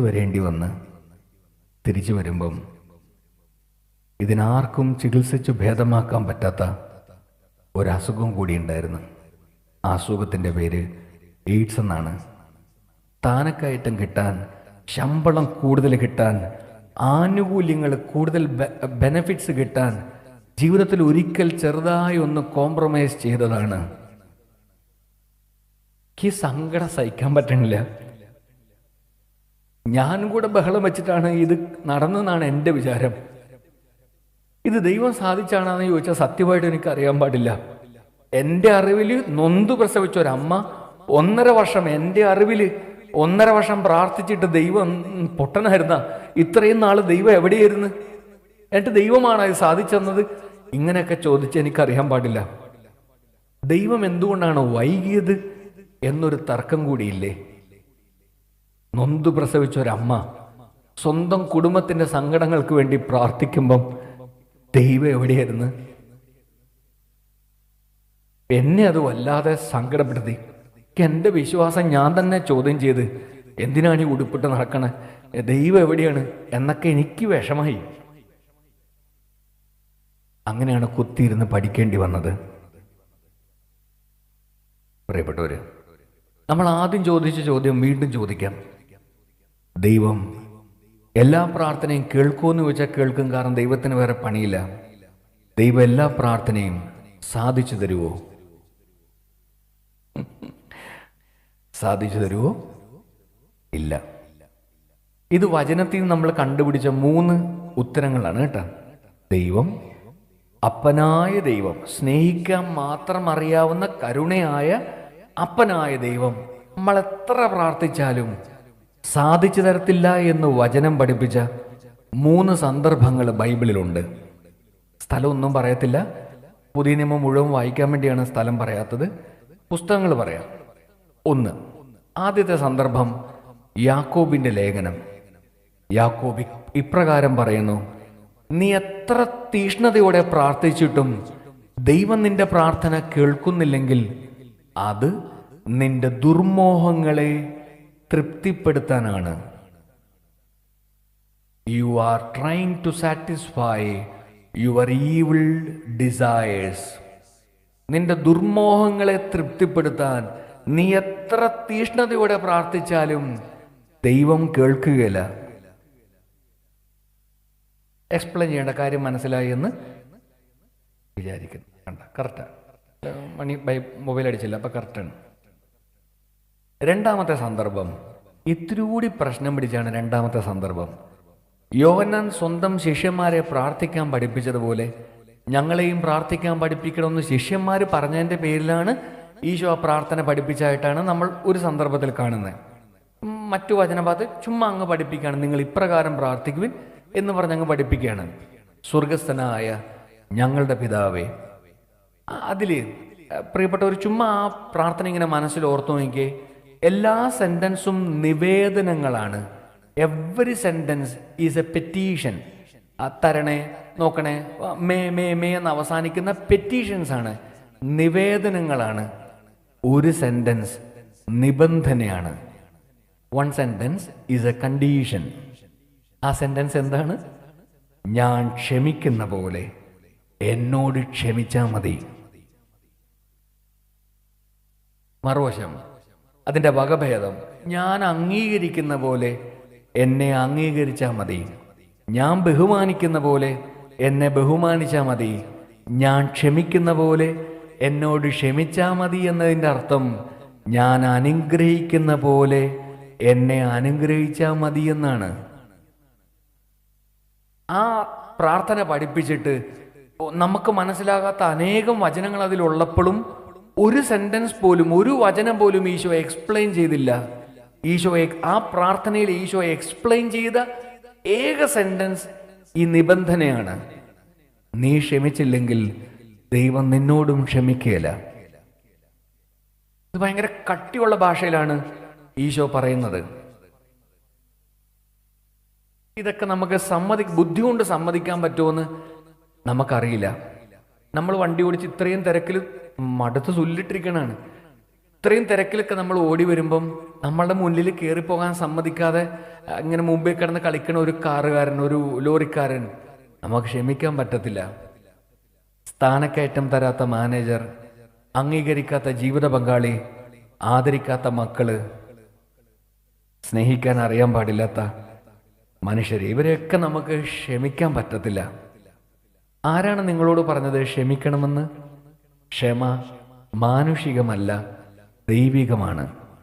പരിശുദ്ധാത്മാവിൻ്റെ 12 ഫലങ്ങളിൽ വചനം പഠിപ്പിക്കുന്നതാണ്. അതിൽ സ്നേഹമെന്ന് തുടങ്ങിയിട്ട് അതിലൊരു വാക്കാണ് ക്ഷമ. അപ്പം നമുക്ക് ആ വാക്കിൻ്റെ അർത്ഥം, ഇത് 3 ബൈബിളിൽ ഉള്ളതുകൊണ്ട് ഇതിൻ്റെ വ്യത്യാസം അറിഞ്ഞിരിക്കണം. ഫലം, ദാനം, വരം. ചുമ്മാ സന്ദർഭം വന്നുകൊണ്ട് പറയുന്നതാണ്. ദാനം എന്താണ്? ദാനം, ഗിഫ്റ്റ്. ഇംഗ്ലീഷിൽ പറയുന്ന ഗിഫ്റ്റ്. ആ വാക്ക് തന്നെയാണ് അതിൻ്റെ അർത്ഥം. ദൈവം സൗജന്യമായി എനിക്ക് തരുന്നതാണ് ദാനം. 7 എണ്ണമുണ്ട്: ജ്ഞാനം, ബുദ്ധി, ആലോചന, അറിവ്. മീൻസ് ഒരു മനുഷ്യനായ എൻ്റെ ഡേ ടു ഡേ ലൈഫ്, അനുദിന ജീവിതത്തിന് ഈ കാണുന്ന ഭൗതികം, പെറിഫറൽസ്, ഈ കാണുന്ന ഇത്തിരി പോകുന്ന ലോകത്തിൽ ജീവിക്കുന്ന ഞാൻ, ഭൗമികം, ഭൂമിയിൽ ജീവിക്കുന്ന ഭൗതികനായ മനുഷ്യനായ എൻ്റെ അനുദിന ജീവിതത്തിന് ആവശ്യമായ ദൈവകൃപയുടെ പേരാണ് ദാനം. അത് ഞാൻ ചോദിച്ചില്ലെങ്കിലും ദൈവം തരും, ഫ്രീ ആയി തരും. കാരണം അതിൻ്റെ പേര് തന്നെ ദാനമെന്നാണ്. ഫലം, ആ വാക്കാണ് എൻ്റെ അർത്ഥം. പരീക്ഷാ ഫലം, പരിശോധന ഫലം, ഇലക്ഷൻ്റെ ഫലം. അപ്പൊ എന്തിൻ്റെയോ പ്രവർത്തന ഫലമായി സംഭവിക്കുന്നതിനെയാണ് നമ്മൾ ഫലമെന്ന് പറയുന്നത്. മീൻസ് ദൈവം എന്നിൽ പ്രവർത്തിക്കുന്നുണ്ട്, ദൈവത്തിൻ്റെ ആത്മാവ് എന്നിൽ പ്രവർത്തിക്കുന്നുണ്ട് എന്നതിൻ്റെ തെളിവാണ് 12 കാര്യങ്ങൾ. സ്നേഹം, ദയ, നന്മ, ക്ഷമ. കാരണം അത് ദൈവം പ്രവർത്തിക്കുന്നുകൊണ്ട് സംഭവിക്കുന്നതാണ്. ദൈവം എന്നിൽ പ്രവർത്തിക്കുന്നുണ്ട് എന്നതിൻ്റെ തെളിവാണ് ഈ 12 കാര്യങ്ങൾ. മൂന്നാമത്തത് വരം. ഇത്രയും എനിക്ക് മതി. ഒരു സാധാരണ മനുഷ്യനാണ്, എനിക്ക് ഇത്രയും മതി. അപ്പം എൻ്റെ ഭൗതിക ജീവിതത്തിനും എൻ്റെ ആത്മീയ ജീവിതത്തിനും ഇത്രയും മതി. ദൈവം സ്നേഹമുള്ള അപ്പനായതുകൊണ്ട് ദൈവം പിന്നെയും തരികയാണ്. എന്നെ ഒരു പ്രത്യേക കർത്തവ്യത്തിന്, ഒരു പ്രത്യേക നിയോഗത്തിന് തിരഞ്ഞെടുക്കുമ്പം ദൈവം തരുന്ന അഡീഷണൽ കൃപയുടെ പേരാണ് വരം. ഞാൻ ഒരു ധ്യാനകേന്ദ്രത്തിൽ നിൽക്കുന്നത് കൊണ്ട് എനിക്ക് പ്രബോധന വരം തന്നു എന്ന് വിചാരിക്കുക, മധ്യസ്ഥ പ്രാർത്ഥന വരം തന്നു എന്ന് വിചാരിക്കുക, ദർശന വരം, രോഗശാന്തി വരം, അത്ഭുതങ്ങൾ അടയാളങ്ങൾ ചെയ്യാനുള്ള വരം, അതെന്നെ ദൈവം ഒരു പ്രത്യേക കടമ ഏൽപ്പിക്കുമ്പം, ഇതൊക്കെ ഉണ്ടായിട്ടും ഇനി ഒരു കടമ ഏൽപ്പിക്കുമ്പം പിന്നെയും ദൈവം തരുന്ന അഡീഷണൽ കൃപയാണ് വരങ്ങൾ. പക്ഷേ ശ്രദ്ധാപൂർവം മനസ്സിൽ സൂക്ഷിക്കേണ്ടത്, വരങ്ങൾ ആരുടെയും വിശുദ്ധിയുടെ ലക്ഷണമല്ല. വരങ്ങൾ ആരുടെയും വിശുദ്ധിയുടെ ലക്ഷണമല്ല. എനിക്ക് ദർശനവരമുണ്ടായിരിക്കുകയും എനിക്ക് പ്രവചനവരമുണ്ടായിരിക്കുകയും ഇത് രണ്ടും പൗലോസ് പറയുന്നതാണ് 1 കൊരിന്തോസ് 13. സർവ സമ്പത്തും ഞാൻ ദാനം ചെയ്യുമ്പോഴും എൻ്റെ ശരീരം ദഹിപ്പിക്കാൻ വിട്ടുകൊടുക്കുമ്പോഴും മലകളെ മാറ്റാൻ തക്ക വിശ്വാസം എനിക്കുള്ളപ്പോഴും മനുഷ്യരുടെയും ദൈവദൂതന്മാരുടെയും മാലാഖമാരുടെയും ഭാഷയിൽ സംസാരിച്ചാലും സകല ദൈവിക രഹസ്യങ്ങളും ഞാൻ അറിയുമ്പോഴും എനിക്ക് സ്നേഹിക്കാൻ പറ്റത്തില്ലേ, എന്നെ കൊണ്ട് ഗുണമൊന്നുമില്ല. പക്ഷെ കരിസ്മാറ്റിക് ധ്യാനം, നമ്മൾ ഈ കൗൺസിലിംഗ് സെന്റർ, ഈ ശുശ്രൂഷകൾക്ക് പോകുമ്പം ഈ വരങ്ങളുള്ളവരെ കൊണ്ട് നമുക്ക് ഗുണമുണ്ട്. അവരുടെ ഇതിലിങ്ങനെ തൂങ്ങിക്കിടക്കുകയാണ് നമ്മൾ. അവർ വലിയ സംഭവമാണ്. നമുക്ക് ആകാം, നമ്മൾക്ക് അവരെ കൊണ്ട് ഗുണമുള്ളത് കൊണ്ടാണ്. പക്ഷെ അത് വിശുദ്ധിയുടെ ലക്ഷണമായിട്ട് നമ്മൾ വ്യാഖ്യാനിക്കരുത്. വരങ്ങൾ ആരുടെയും വിശുദ്ധിയുടെ ലക്ഷണമല്ല. അപ്പം വിശുദ്ധിയുടെ ലക്ഷണം ഈ സ്നേഹം, ദയ, നന്മ, ക്ഷമ, വിശ്വസ്തത, ഇതാണ്. ദൈവം എന്നിൽ പ്രവർത്തിക്കുന്നുണ്ട് എന്നതിൻ്റെ തെളിവാണ്, പ്രകടമായ തെളിവാണ് ഈ 12 കാര്യങ്ങൾ. അപ്പം അത് വെച്ചിട്ടാണ് ദൈവം നമ്മളെ അളക്കാൻ പോകുന്നത്. നാട്ടുകാർ നമ്മളെ പല രീതിയിൽ അളക്കും. പക്ഷെ ദൈവം നമ്മളെ അളക്കാൻ പോകുന്നത് ഈ 12 കാര്യങ്ങളിലാണ്. സത്യമായിട്ടും നമുക്ക് ക്ഷമിക്കാൻ പറ്റുമെന്ന് ചോദിച്ചാൽ നമുക്ക് അറിയത്തില്ല. കാരണം ക്ഷമ മാനുഷികമായ ഒരു വികാരമല്ല, ദൈവം സ്വയം തരേണ്ട കൃപയാണ്. അതാണ് ഈശോ പഠിപ്പിക്കാൻ ശ്രമിച്ചത്. കുരിശിൽ കിടന്ന് ഈശോ പ്രാർത്ഥിക്കുകയാണ്, അപ്പാ ഇവരോട് ക്ഷമിക്കണേ, ഇവർ ചെയ്യണ എന്താന്ന് അറിയാൻ പാടില്ല. അതാ ശരിക്കും ക്ഷമയ്ക്ക് ഈശോ പഠിപ്പിച്ചെന്ന മാർഗം അതാണ്. നമ്മളോട് തെറ്റ് ചെയ്യുന്നവർ നമ്മളെക്കാൾ അറിവില്ലാത്തവരാണെങ്കിൽ, നമ്മളോളം നന്മയില്ലാത്തവരാണെങ്കിൽ, നമ്മളെക്കാൾ പ്രശ്നങ്ങളുള്ളവരാണെങ്കിൽ, ദൈവസ്നേഹം നിറഞ്ഞ നമ്മളല്ലേ കുറച്ചും കൂടെ ചെറുതാകേണ്ടത്. അവർക്കറിയില്ലാത്തതുകൊണ്ടാണെങ്കിൽ അത് ഈ സ്നേഹം വരുമ്പോൾ മാത്രമേ നമുക്കതൊക്കെ സമ്മതിക്കാൻ പറ്റത്തുള്ളൂ. അപ്പോൾ രണ്ടാമത് ദൈവം ഒരിക്കലും സാധിച്ചെടുത്തില്ല എന്ന് പറഞ്ഞ ബൈബിളിലെ രണ്ടാമത്തെ സിറ്റുവേഷൻ നമ്മൾ ക്ഷമിക്കാതെ പ്രാർത്ഥിക്കുമ്പോഴാണ്. ഞാൻ ക്ഷമിക്കാതെ ദൈവത്തിന് എൻ്റെ ജീവിതത്തിൽ ഇടപെടാൻ പറ്റത്തില്ല. എന്നാൽ ക്ഷമ മാനുഷികമല്ല, താനും ദൈവം തന്നെ തരണം. അപ്പോൾ ദൈവത്തെ ആശ്രയിച്ചാൽ മതി എന്നാണ് എൻ്റെ അർത്ഥം. പ്രാർത്ഥിച്ചാൽ മതി എന്നാണ് എൻ്റെ അർത്ഥം. ബാക്കി ദൈവം എന്നിൽ പ്രവർത്തിച്ചോളും. മൂന്നാമത്തത് ഇത്തിരി കൂടി പ്രശ്നം പിടിച്ച സാധനമാണ്. മൂന്നാമത്തത് കറക്റ്റ് ഫോണടിച്ച് കറക്റ്റാണ്. ഇത് നമ്മൾ കാണുന്നത് യോഹന്നാൻ അറിയിച്ച സുവിശേഷം 11-ാം അധ്യായത്തിലാണ്. ലാസറിനെ ഉയർപ്പിക്കുന്ന വചനഭാഗത്തിൽ ഒത്തിരി അറിവുള്ള വലിയ മനുഷ്യർ നിങ്ങളെല്ലാവർക്കും അറിവുണ്ടാവും. നിങ്ങൾ ഓർത്തേ, മരിച്ച് 4 മണിക്കൂർ കഴിഞ്ഞാൽ ചീഞ്ഞു തുടങ്ങുന്നതാണ് മനുഷ്യ ശരീരം. അകത്തുനിന്നും ചെയ്യും, പുറത്തുനിന്നും ചെയ്യും. കാരണം ശരീരത്തിൻ്റെ ഊഷ്മാവ്, വൈബ്രേഷൻ നഷ്ടപ്പെടുമ്പോൾ ഈ പുറത്തൂടെ പോകുന്ന ഈച്ചയൊക്കെ വന്നിരിക്കും. അതിന് ദേഹത്തുള്ള രോഗമാണ് പുറത്തുനിന്നും. ഓൾറെഡി അകത്ത് ഈ വിഷം ഇതെല്ലാം ഉള്ളതുകൊണ്ട് അകത്തുനിന്നും ചീഞ്ഞു തുടങ്ങും മനുഷ്യ ശരീരം. അപ്പം 4 ദിവസം മരിച്ചിട്ട് 4 ദിവസമാകുമ്പോൾ ഇങ്ങനെ വീർത്ത് ചീഞ്ഞ് പൊട്ടി ശരീരം ഇങ്ങനെ വെള്ളം പോലെ മാംസം ഇങ്ങനെ അഴുകി വീഴുന്ന 4-ാം ദിവസം ഈശോ കുഴിമാടത്തിൽ വന്ന് നിൽക്കുകയാണ്. അവിടെ നിൽക്കുന്ന ആളുകളോട് ഈശോ ഇപ്രകാരം പറഞ്ഞു, ലാസറേ പുറത്തു വരിക എന്ന് പറയുന്നതിനേക്കാൾ മുമ്പേ പ്രാർത്ഥിച്ചു. സ്വർഗത്തിൻ്റെയും ഭൂമിയുടെയും നാഥനായ പിതാവെ പ്രാർത്ഥിച്ചു. എന്നിട്ട് അവിടെ നിൽക്കുന്ന ആൾക്കാരോട് പറഞ്ഞ് കല്ലുരുട്ടി മാറ്റുക. അപ്പം ഏത് കല്ല് എന്ന് നമുക്ക് അറിഞ്ഞിരിക്കണം. ഹെബ്രായ സംസ്കാരത്തിൽ പൈസയുള്ള ആൾക്കാർ സ്വന്തം ശരീരം ഗുഹയിൽ വെക്കും, കുഴിച്ചിടുക. നമ്മളും അവരെയാണ് ഫോളോ ചെയ്യുന്നത്. ക്രിസ്ത്യാനികളും കുഴിച്ചിടുകയാണ്, യഹൂദരും കുഴിച്ചിടുകയാണ്. റോമക്കാർക്ക് ഹൈന്ദവ സഹോദരങ്ങളെ പോലെ ബഹുദൈവ വിശ്വാസമുണ്ട്, അവർ ദഹിപ്പിക്കും. ഹെബ്രായക്കാർ, ഹീബ്രൂസ്, ഇസ്രായേൽക്കാർ കുഴിച്ചിടും. പൈസ ഉള്ള യഹൂദര് അത് കുഴിയിൽ വെക്കും, ഇങ്ങനെ ഗുഹയിൽ വെക്കും. അരിമത്യക്കാരൻ ജോസഫ് സ്വന്തമായി പൂന്തോട്ടവും സ്വന്തമായി കുഴിമാടവും ഉണ്ടായിരുന്ന ആളാണ്. കാരണം അതൊരു ഗുഹ പോലെയാണ്, പൂന്തോട്ടം പോലെയാണ്. അത് വലിയ വലിയ പൈസയൊക്കെ ഉള്ള ആൾക്കാർ അങ്ങനെ ചെയ്യും. ലാസറും ബഥാനി എന്ന സ്ഥലത്ത് അത്യാവശ്യം പൈസ, നല്ല മനുഷ്യനായിരുന്നു, എല്ലാവർക്കും ലാസറിനെ ഇഷ്ടമുള്ളതായിട്ടാണ് മനസ്സിലാക്കുന്നത്. അപ്പം അയാൾക്കൊരു ഗുഹ ഉണ്ടായിരുന്നു. ഇങ്ങനെ പട്ടിയും ചെന്നായും ഒന്നും എടുക്കാതെ മണം വരാതിരിക്കാൻ ഇങ്ങനെ ഉരുട്ടി, ഒരു വലിയ കല്ലും ഇങ്ങനെ ഉരുട്ടി വെക്കും. ഈശോയെ അടക്കം ചെയ്യുമ്പോഴും അങ്ങനെ കല്ലുണ്ടായിരുന്നു. ഈശോ ആ കല്ലുരുട്ടി മാറ്റാനാണ് പറഞ്ഞത്. സാമാന്യ ബുദ്ധിക്ക് ചിന്തിച്ചു നോക്കിക്കേ, ചീഞ്ഞു പോയ 4 ദിവസം കഴിഞ്ഞ് നന്നായി ചീഞ്ഞു പോയ ഒരു മനുഷ്യ ശരീരത്തെ റെസസിറ്റേഷൻ, പഴയ പരുവത്തിലാക്കാൻ പറ്റുന്ന ക്രിസ്തുവിന് കല്ലുരുട്ടി മാറ്റാൻ പറ്റത്തില്ലേ? അച്ഛാ, അപ്പം നമ്മൾ ആ കല്ലിനെ കുറിച്ച് പഠിക്കണം അച്ഛാ, വളരെ ഗഹനമായി പഠിക്കണം. കാരണം കടപ്പക്കല്ല്, മാർബിള്, കരിങ്കല്ല്, വെട്ടുകല്ല്, ഇതൊന്നും ദൈവത്തിനൊന്നും ചെയ്യാൻ പറ്റത്തില്ല. ആണോ? എന്നറിയാൻ പാടില്ലാണ്ട. പിന്നെ ലാസർ പുറത്തേക്ക് വരുമ്പോൾ ഇങ്ങനെ ഈജിപ്തിലെ മമ്മിയെ പോലെ തുണി ചുറ്റും, അതവരുടെ ആചാരമാണ്. അപ്പൊ തുണി ഉള്ളതുകൊണ്ട് അദ്ദേഹം ഇങ്ങനെ പുറത്തേക്ക് നടന്നു വരികയാണ്. അപ്പൊ ഈശോ പറയണ്, ആ വസ്ത്രം അഴിച്ചു മാറ്റി അയാൾ പോക്കോട്ടെ. ദൈവത്തിന് ചില വസ്ത്രത്തിൽ ഒന്നും ചെയ്യാൻ പറ്റത്തില്ല, അത് തൊടാൻ പറ്റത്തില്ല. Cotton, terry cotton, nylon, silk, Kanchipuram, ഇതിലൊന്നും ദൈവത്തിന് തൊടാൻ പറ്റത്തില്ല. അങ്ങനെയാണോ? അല്ല. ആശയം വളരെ ലളിതമാണ്. അനുസരണ കൊണ്ട് മനുഷ്യന് ചെയ്യാൻ പറ്റുന്നത് അത്ഭുതം കൊണ്ട് ദൈവം ചെയ്യുകയില്ല. അനുസരണ കൊണ്ട് എനിക്ക് ചെയ്യാൻ പറ്റുന്നത് എൻ്റെ ദൈവം അത്ഭുതം കൊണ്ട് ചെയ്യത്തില്ല. God is not a magician, God is അബ്ബ ഫാദർ. ദൈവം ഒരു മാജിക്കാരനല്ല. നമ്മൾ ചെയ്യേണ്ട കടമ നമ്മൾ ചെയ്യാതെ, ഈ കാർന്നോന്മാർ പറയണ ഇരുമ്പുണ്ട തിന്നിട്ട് തന്നെ വിഴുങ്ങിയിട്ട് കഷായം കുടിച്ചിട്ട് കാര്യമില്ലെന്ന്. നമ്മൾ ചെയ്യേണ്ട നമ്മൾ ചെയ്യാതെ ദൈവം ചെയ്യേണ്ടത് ദൈവം ചെയ്യുകയില്ല. ചെയ്യത്തില്ല. കാരണം ദൈവം ഒരു മജീഷ്യനല്ല. ഞാൻ പഠിക്കാതെ എന്നിട്ട് ഞാൻ കത്തിച്ച മെഴുകുതിരിയുടെ എണ്ണത്തിലാണ് ദൈവം എന്നെ അനുഗ്രഹിക്കാൻ പോണത്. സ്വർണം കൊണ്ട് പള്ളി പണിയണവനല്ല, വിശക്കുന്നവൻ്റെ വിശപ്പ് മാറ്റണതാണ് ദൈവം എന്നൊക്കെ പ്രാഞ്ചേട്ടൻ സിനിമയിൽ ഫ്രാൻസിസിന്റെ രൂപത്തിലിരിക്കുന്ന ആള് പറയുന്നത്.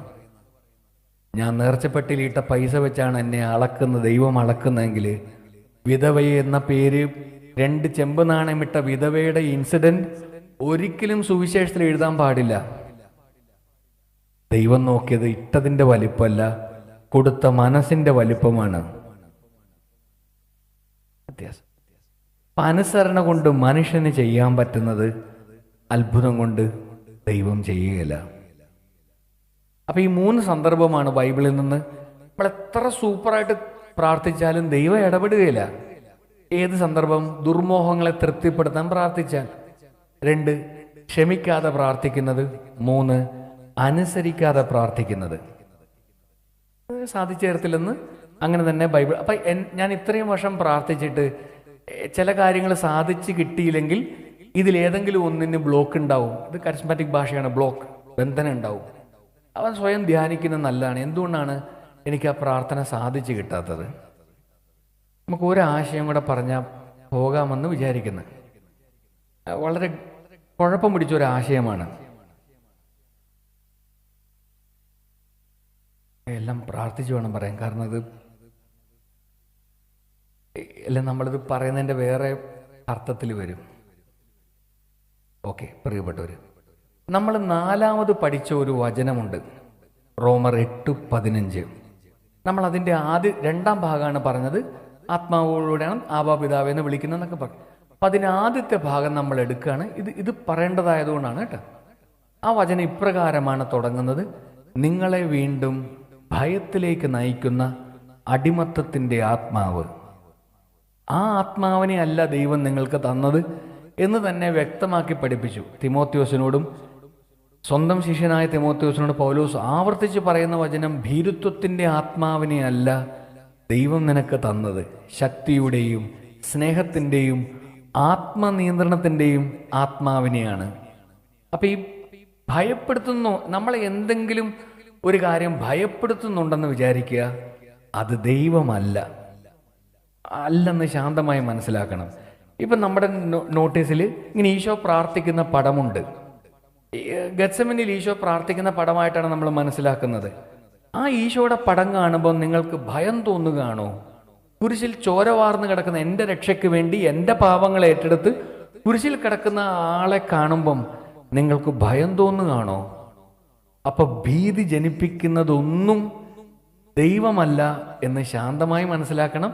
പക്ഷേ പഴയ നിയമത്തിൽ നമ്മൾ വായിക്കുന്ന ദൈവം ഭീതിതനായ ദൈവമാണ്, ഭയം ജനിപ്പിക്കുന്ന ആളാണ്.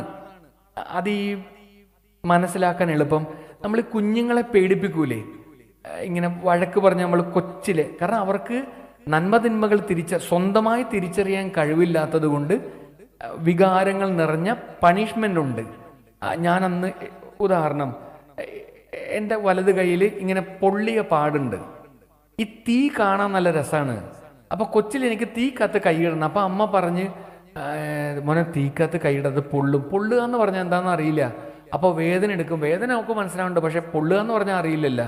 അമ്മച്ചി മാറിക്കണ സമയത്ത് ഞാൻ കൈയിട്ട് പണി കിട്ടി. ഇത്രയും വർഷമായിട്ടും ഇത് പോയിട്ടില്ല. അനുസരണക്കേടിൻ്റെ ഫലമായി ഇത് മാർക്കായിട്ട് ഇങ്ങനെ കൊണ്ടു നടക്കുകയാണ്. അപ്പം എനിക്കിത് മനസ്സിലാക്കാൻ കഴിവില്ലാത്തതുകൊണ്ട് എന്നെ പണിഷ് ചെയ്താന്ന് വിചാരിച്ചേ. തെറ്റ് സ്വയം തിരിച്ചറിയാൻ പറ്റാത്തത് കൊണ്ട് എനിക്ക് അമ്മ ശിക്ഷ അതേപോലെയായിരുന്നു പഴയ നിയമ ജനത. ഒരു ഗ്രഡേഷൻ ഉണ്ട്, ഒരു എവല്യൂഷൻ ഉണ്ട് വിശ്വാസത്തിന്, പഴയതിൽ നിന്ന് പുതിയതിലേക്ക്. നമുക്കതൊക്കെ പറയാൻ ഇത്തിരി സമയമെടുക്കും. പക്ഷെ ആ തർക്കം മനസ്സിൽ നിന്ന് മാറ്റണം. ദൈവം പേടിപ്പിക്കുന്ന ദൈവമാണ് എന്നത് അവരുടെ സങ്കല്പമാണ്. ദൈവം സ്നേഹിക്കണ തന്നെയാണ് അന്നും. പക്ഷേ അവർ ദൈവത്തെ മനസ്സിലാക്കി അങ്ങനെയാണ്. അപ്പോൾ കാരണം വിശ്വാസത്തിന് ഒരു എവല്യൂഷനുണ്ട്. അത് ഇത്തിരി ഗൗരവമുള്ള ആശയം. നമുക്കത് പിന്നീട് എപ്പോഴെങ്കിലും കാണാം. അപ്പോൾ ഭയം, പുതിയ നിയമത്തിൽ ഭയം ജനിപ്പിക്കപ്പെടുന്നുണ്ടെങ്കിൽ അത് ദൈവമല്ല, അല്ല എന്ന് ശാന്തമായി മനസ്സിലാക്കണം. പക്ഷെ വചനം ഇപ്രകാരമാണ്, നിങ്ങളെ പിന്നെയും പേടിപ്പിക്കുന്ന അടിമത്വത്തിൻ്റെ ആത്മാവ്. മനുഷ്യൻ മതത്തിൻ്റെ, വിശ്വാസത്തിൻ്റെ, സഭയുടെ, ദൈവത്തിൻ്റെ അടിമയാണോ? ഗതികേട് കൊണ്ട് വിശ്വാസിയായതുകൊണ്ടാണോ ഇവിടെ വന്നിരിക്കേണ്ടി വന്നത്? അല്ല, ദൈവം പറഞ്ഞിട്ട് വന്നാണെന്ന് പഠിപ്പിച്ചതും ബൈബിൾ തന്നെയാണ്. യോഹന്നാൻ 6-ാം അധ്യായം 2 തവണ ആവർത്തിക്കപ്പെട്ടു. പിതാവിനാൽ ആകർഷിക്കപ്പെടാതെ ആർക്കും ഈശോയുടെ അടുത്ത് വരാൻ പറ്റത്തില്ല. അപ്പൊ ദൈവം പറഞ്ഞിട്ടാണ് നിങ്ങളിവിടെ വന്നത്. ദൈവം പറഞ്ഞിട്ടാണ് ഇത്രയും കിലോമീറ്റർ, ഇത്രയും തിരക്കുള്ളൊരു ദിവസം സുരക്ഷിതമായി ഇവിടെ എത്താൻ പറ്റിയത്. ദൈവം പറഞ്ഞിട്ടാണ്. ഇവിടെ നിൽക്കണമെന്നത് ദൈവഹിതമാണെന്ന് ഞാൻ വിശ്വസിക്കുന്നു. അപ്പൊ നമുക്ക് 2 വാക്കുകൾ എക്സ്പ്ലെയിൻ ചെയ്ത് നമുക്ക് വീട്ടിൽ പോകാം. ഒന്ന്, ഈ ഭയം. നമ്മളെ ഭയം ജനിപ്പിക്കുന്നത് ദൈവമാണോ എന്ന് നമുക്ക് ഉറപ്പില്ല. നമുക്കതിന് മറ്റൊരു വചനം കൂടെ പഠിക്കാം. അപ്പോൾ നമുക്ക് ഇത്തിരി കൂടി ക്ലാരിറ്റി കിട്ടും. സുവിശേഷം ഉണ്ടെങ്കിൽ ചുമ്മാ എടുത്തു വെക്കാം. മർക്കോസ് അറിയിച്ച സുവിശേഷം 4-ാം അധ്യായം 35 മുതൽ, കടലിനെ ശാന്തമാക്കും, അങ്ങനെ ഒരു തലക്കെട്ടുണ്ട്. കടലിനെ ശാന്തമാക്കും, അങ്ങനെ ആണെന്ന് തോന്നുന്നു. ആ വചനഭാഗം ഇപ്രകാരമാണ്: അന്ന് സായാഹ്നമായപ്പോൾ ഈശോ ശിഷ്യന്മാരോട് പറഞ്ഞു, നമുക്ക് മറുകരയ്ക്ക് പോകാം. അങ്ങനെ പറഞ്ഞതിൻ്റെ അർത്ഥം നിങ്ങൾ ഓർത്തെ, നമ്മൾ ഊഹിക്കുന്നതാണ് കേട്ടോ, ഇങ്ങനൊന്നും ബൈബിൾ പഠിപ്പിച്ചില്ല, നമ്മൾ ഊഹിക്കുന്നതാണ്. ഈശോയുടെ ഒരു ഡെയിലി ടൈം ടേബിൾ ഇങ്ങനെ ഉഷസ് 3 മണിക്കാകുമ്പോൾ എഴുന്നേൽക്കുന്നു, ദീർഘമായി പ്രാർത്ഥിക്കുന്നു. 6 മണി മുതൽ വൈകുന്നേരം 5:59 വരെയാണ് പകൽ യഹൂദന്മാർക്ക്. 24 മണിക്കൂർ നമ്മളെപ്പോലെ അവർക്കുമുണ്ട്. ഈ വൈകുന്നേരം 6 മണിക്കാണ് പിറ്റേ ദിവസം ആരംഭിക്കുന്നത്. ഇപ്പോൾ വെള്ളിയാഴ്ച വൈകുന്നേരം സാബത്ത്, ശനിയാഴ്ച ആരംഭിക്കും. സീറോ മലബാറുകാരൊക്കെ അങ്ങനെയാണ് ഫോളോ ചെയ്യുന്നത്. അപ്പോൾ ഈ ഉഷസായപ്പോൾ എഴുന്നേറ്റ് 6 മണിയായപ്പോൾ ശിഷ്യന്മാരെല്ലാം റെഡിയായി. അപ്പോൾ അവർ പ്രാർത്ഥിച്ചിട്ടുണ്ടാവും. പിന്നെ അവർ വചനപ്രഘോഷണം, ഭവന സന്ദർശനം, രോഗി ശുശ്രൂഷ, പിശാചിനെ ഒഴിപ്പിക്കുക, അങ്ങനെ ശുശ്രൂഷകളിലേക്ക് അവർ കടക്കും. അവർക്ക് തിന്നാൻ പോലും സമയം കിട്ടിയിരുന്നില്ല എന്ന് വചനത്തിൽ എഴുതി വെച്ചിട്ടുണ്ട്. പക്ഷെ വൈകുന്നേരം ആകുമ്പോൾ പകൽ അവസാനിച്ചില്ല. അപ്പോൾ ഈശോ പറയും, നമുക്ക് എവിടെയെങ്കിലും പോകാം. അപ്പോൾ ആരുടെയെങ്കിലും വീട്ടിൽ കൂടും, അല്ലെങ്കിൽ മറുകര, ഈ ഗലീലി, അതിൻ്റെ അപ്പുറം ഗെത്സമേൻ തോട്ടം, അങ്ങനെ ഒഴിഞ്ഞ സ്ഥലത്ത് പ്രാർത്ഥിക്കാൻ വേണ്ടി ആ ദിവസം ഇവാലുവേറ്റ് ചെയ്ത് വിശ്രമിക്കാൻ, ഭക്ഷണം കഴിക്കാൻ അവർ ഉപയോഗിക്കും. അപ്പോൾ വൈകുന്നേരം ആകുമ്പം ഈശോ പറയുകയാണ് നമുക്ക് മറുകരയ്ക്ക് പോകാം. അപ്പം ശിഷ്യന്മാർക്കറിയാം, let's call it a day, ഈ ദിവസം ശുശ്രൂഷകൾ അവസാനിച്ചു എന്ന് ശിഷ്യന്മാർക്കറിയാം. വായിച്ചു നോക്കുമ്പോൾ അറിയാം, ഒന്നല്ല പല വള്ളങ്ങളും കൂടെ ഉണ്ടായിരുന്നു. ആ വള്ളങ്ങളെല്ലാം കൂടെ പോകുമ്പം മർക്കോസ് ഏറ്റവും ചെറിയ സുവിശേഷമാണ്, 16 അധ്യായങ്ങളേ ഉള്ളു. അതിലൊരിക്കലും മർക്കോസ് ഡീറ്റെയിൽസ് തരാൻ പാടില്ല, കാരണം ഏറ്റവും ചെറിയ സുവിശേഷമാണ്. പക്ഷെ മർക്കോസ് മാത്രമാണ് കൃത്യമായി പറഞ്ഞത്, യേശു ഏതോ ഒരു വള്ളത്തിൻ്റെ അമരത്ത് തലയിണ വെച്ച് ഉറങ്ങുകയായിരുന്നു. ഈ മടുത്തിട്ട് ഇങ്ങനെ തണുത്ത കാറ്റടിക്കുമ്പം AC കാത്തിരിക്കുമ്പോൾ ഇങ്ങനെ ഉറങ്ങിപ്പോണ പോലെ അല്ല എന്ന് മനസ്സിലാക്കാൻ വേണ്ടിയാണ്. ശരിക്കും മടുത്തിട്ട് മനുഷ്യനായതുകൊണ്ട് ക്ഷീണം വന്നിട്ട് യേശു തലയിണ വെച്ച് ഉറങ്ങിയെന്ന് തന്നെയാണ്. ഉറക്കം നടിച്ചു എന്നല്ല, ഉറങ്ങിയെന്ന് തന്നെയാണ്. ശിഷ്യന്മാർ അപ്പം ഇങ്ങനെ കാറ്റടിച്ചു, വഞ്ചി ഇങ്ങനെ ആടി ഒലഞ്ഞു, ഒല്ലു തിരമാലകൾ വന്ന് അതിനുള്ളിൽ വെള്ളം കയറാൻ തുടങ്ങി. മുങ്ങൂന്നൊക്കെ പേടി വന്നപ്പം നിങ്ങൾ ഓർത്തെ, ഈ 12 പേരിൽ 12 പേര് എന്തായാലും ഉണ്ടാവില്ല, ബാക്കി ശിഷ്യന്മാരും ഉണ്ടാവും. ഈ ബഹുഭൂരിപക്ഷവും മീൻപിടുത്തക്കാരാണ്. കാരണം ഈ ഗലീലി ഞാൻ പോയിട്ടില്ല, വായിച്ചറിവ് മാത്രമേ ഉള്ളൂ. കായൽ പോലെയാണ്, ഇത്തിരി ആഴവും പരപ്പും ഉണ്ട്, സുലഭമായ മീനുണ്ട്. അപ്പം തിരമാല ഉണ്ടാകുക എന്നുള്ളത്, ഈ 3 വശത്തും മലകളായതുകൊണ്ട് പ്രഷർ വ്യത്യാസം വരുന്നതുകൊണ്ട് തിരമാല ഉണ്ടാവും. അപ്പം ഇതൊരു നാച്ചുറൽ ഫിനോമിനാണ്, പ്രകൃതിയുടെ പ്രതിഭാസമാണ് തിരമാല ഉണ്ടാകുക എന്നുള്ളത്. അപ്പം ബഹുഭൂരിപക്ഷവും മീൻപിടുത്തക്കാരാണ്. അപ്പം അവർക്ക് അങ്ങനെ പേടി തോന്നേണ്ട കാര്യമില്ലല്ലോ. പക്ഷേ ഈ കൊടുങ്കാറ്റുണ്ടായി തിരമാലകൾ ശക്തമായി വഞ്ചി മുങ്ങുമെന്നൊക്കെ തോന്നുമ്പം ശിഷ്യന്മാർ എന്തു പറഞ്ഞാണ് ഈശോയെ വിളിച്ചെഴുന്നേൽപ്പിച്ചത്? ആ വചനഭാഗം ഓർക്കുന്നുണ്ടോ? എന്തു പറഞ്ഞാണ് ഈശോയെ വിളിച്ചെഴുന്നേൽപ്പിച്ചത്? ഉണർത്തി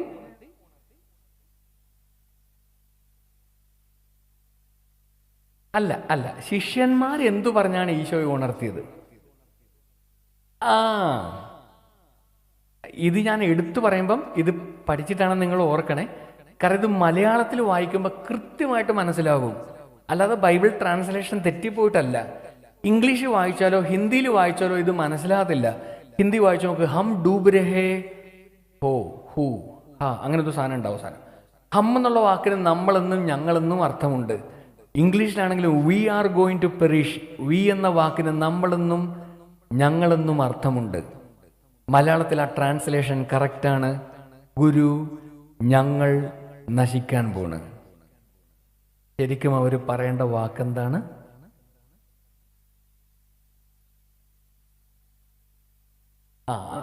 ആലോചിച്ച് മറുപടി പറഞ്ഞാൽ മതി. ഈ പ്രിയപ്പെട്ടവർ ഓർത്ത്, ഈ ടിവിയും ഫ്രിഡ്ജും വാങ്ങുമ്പം സൈഡ് മുട്ടാതിരിക്കാൻ വേണ്ടി വെളുത്ത നിറത്തിലൊരു സാധനം വെക്കൂലേ, തെർമോക്കോൾ എന്ന് വിളിക്കുവേനെ. തെർമോക്കോൾ വെള്ളത്തിലിട്ടാൽ എന്ത് പറ്റും? പൊങ്ങിക്കിടക്കും. ഈശോ തെർമോക്കോൾ കൊണ്ടാണോ ഉണ്ടാക്കപ്പെട്ടത്? ഈശോ മാത്രം പൊങ്ങിക്കിടക്കുക, മറ്റവന്മാരെല്ലാം മുങ്ങിപ്പോ, ഈശോ മാത്രം പൊങ്ങിക്കിടക്കും. പിന്നെ ദൈവമാണ്, പൊങ്ങിക്കിടക്കും, നമ്മൾ മുങ്ങിപ്പോട്ടാ. ഇത് നമ്മൾ നാടൻ കളിക്കുന്നത്, ഇത് തലക്കകത്ത് കയറാൻ വേണ്ടിയാണ്. ഭയം എന്നത് മനുഷ്യന്റെ അടിസ്ഥാന വികാരമാണ്. മനുഷ്യനാകുക എന്ന് പറഞ്ഞാൽ ഭയമുള്ളവനാകുക എന്നാണ് അർത്ഥം.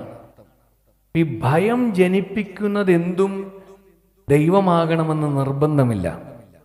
അത് മാനുഷികമായ ചില പ്രശ്നങ്ങളാകാം, നമ്മുടെ ധൈര്യക്കുറവാകാം, വിശ്വാസത്തിൻ്റെ കുറവാകാം, പ്രാർത്ഥനയുടെ കുറവാകാം, ദൈവത്തോട് ബന്ധമില്ലാത്ത പ്രാർത്ഥനയുടെ കുറവാകാം. അപ്പൊ ഭയം ജനിപ്പിക്കുന്നത് ദൈവമാണ് എന്ന് ഒരിടത്തും പറഞ്ഞിട്ടില്ല, നമ്മൾ മനസ്സിലാക്കുന്ന അർത്ഥത്തിൽ പറഞ്ഞിട്ടില്ല.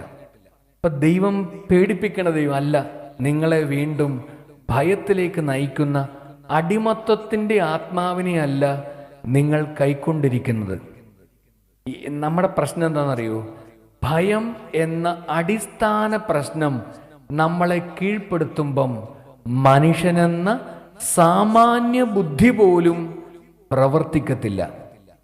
കാരണം എൻ്റെ അതേ വള്ളത്തിൽ, ഞാൻ തുഴയുന്ന അതേ വള്ളത്തിൽ കിടന്നുറങ്ങുന്ന എൻ്റെ ദൈവം കൂടി ഞാൻ മുങ്ങിയാ മുങ്ങിപ്പോകുമെന്ന് മനസ്സിലാക്കാനുള്ള സാമാന്യ ബുദ്ധി കൂടി പ്രവർത്തിക്കത്തില്ല ഭയം കീഴ്പ്പെടുത്തുമ്പം. ഈ ഭൂമി മലയാളത്തില് ഭയത്തെ തോൽപ്പിക്കാൻ ഒരൊറ്റ മാർഗമേ ഉള്ളൂ, സ്നേഹം. വചനമാണ് കേട്ടോ. 1 യോഹന്നാൻ 4:18. സ്നേഹത്തിൽ ഭയത്തിനിടമില്ല, പൂർണ്ണമായ സ്നേഹം ഭയത്തെ ബഹിഷ്കരിക്കുന്നു. നിങ്ങൾ എത്രയോ പ്രസംഗങ്ങൾ കേട്ട് കാണും, പ്രാർത്ഥിച്ചാൽ നമ്മുടെ സകല പ്രശ്നങ്ങളും മാറുമെന്ന് എത്രയോ പ്രസംഗങ്ങൾ നിങ്ങൾ കേട്ടിട്ടുണ്ടാവും. എല്ലാ പ്രശ്നങ്ങളും ആരംഭിക്കുന്നത് ഭയത്തിൽ നിന്നാണ്. അതാണ് ഈശോ ചോദിച്ചു. ഇപ്പം അദ്ദേഹം വായിച്ച അതാണ്, നിങ്ങൾ ഭയപ്പെടുന്നത് എന്തിന്?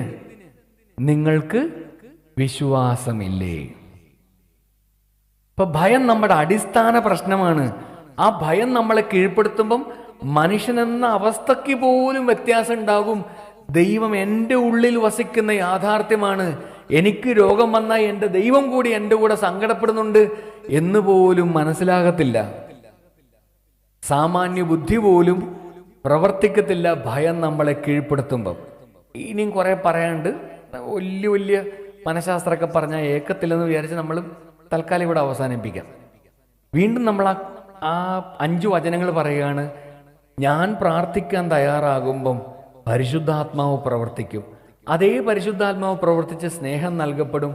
ആ സ്നേഹം എന്നിലേക്ക് ദൈവം ഒഴുക്കുമ്പോൾ എന്നെ ദൈവത്തിൻ്റെ കുഞ്ഞാക്കും. ദൈവത്തിൻ്റെ കുഞ്ഞാകുമ്പം ദൈവത്തെ അപ്പാ എന്ന് വിളിക്കാൻ എന്നെ പരിശുദ്ധാത്മാവ് പഠിപ്പിക്കും.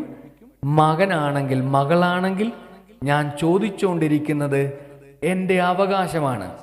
ഇത്രയും പറഞ്ഞതിൻ്റെ കൂട്ടത്തിലാണ് നമ്മൾ ഈ 4ാമത്തെ വചനം പഠിച്ചത്. ദൈവത്തിൻ്റെ ആത്മാവ് ഉള്ളതുകൊണ്ടാണ് അബ്ബാ പിതാവേ എന്ന് വിളിക്കുന്ന കൂട്ടത്തിൽ നമ്മൾ പഠിച്ച വചനമാണ് നിങ്ങളെ വീണ്ടും ഭയത്തിലേക്ക് നയിക്കുന്ന അടിമത്വത്തിൻ്റെ ആത്മാവ്. ഈ ഭയത്തെ തോൽപ്പിക്കാൻ, മനുഷ്യന്റെ അടിസ്ഥാന പ്രശ്നമായ ഭയത്തെ തോൽപ്പിക്കാനും സ്നേഹത്തിനു മാത്രമേ പറ്റത്തുള്ളൂ. ആ സ്നേഹം തരുന്നത് പരിശുദ്ധാത്മാവാണ്. എങ്ങനെ പരിശുദ്ധാത്മാവ് തരും? ഞാൻ പ്രാർത്ഥിക്കാൻ തയ്യാറാകുമ്പം. അത്രയ്ക്കും അത്ഭുതമാണ് പ്രാർത്ഥന. എൻ്റെ സകല പ്രശ്നങ്ങളും ഈ പ്രാർത്ഥിക്കുമ്പം അവസാനിക്കും. കാരണം ഞാൻ പ്രാർത്ഥിക്കാൻ തയ്യാറായാൽ പരിശുദ്ധാത്മാവ് എന്നിൽ പ്രവർത്തിക്കുന്നു. പരിശുദ്ധാത്മാവ് എന്നിൽ പ്രവർത്തിച്ചാൽ എനിക്ക് സ്നേഹം നൽകപ്പെടുന്നു ദൈവത്തിൻ്റെ. ആ സ്നേഹം എന്നിലേക്ക് ഒഴുക്കുമ്പോൾ ഞാൻ ദൈവത്തിൻ്റെ കുഞ്ഞാകുന്നു. ഞാൻ ദൈവത്തിൻ്റെ കുഞ്ഞായതുകൊണ്ട് ദൈവത്തെ അപ്പാ എന്ന് വിളിക്കാൻ പറ്റുന്നു. ഞാൻ മകനായതുകൊണ്ട് മകളായതുകൊണ്ട് ഞാൻ ചോദിച്ചുകൊണ്ടിരിക്കുന്ന കാര്യം എൻ്റെ അവകാശമാണ്. അതിനിടയിലാണ് നമ്മളിത് പറഞ്ഞത്. നമ്മുടെ സകല പ്രശ്നങ്ങളും ഭയത്തിൽ നിന്നാണ് ആരംഭിക്കുന്നതെങ്കിൽ ഭയത്തെ തോൽപ്പിക്കാൻ സ്നേഹത്തിനു മാത്രമേ പറ്റത്തുള്ളൂ.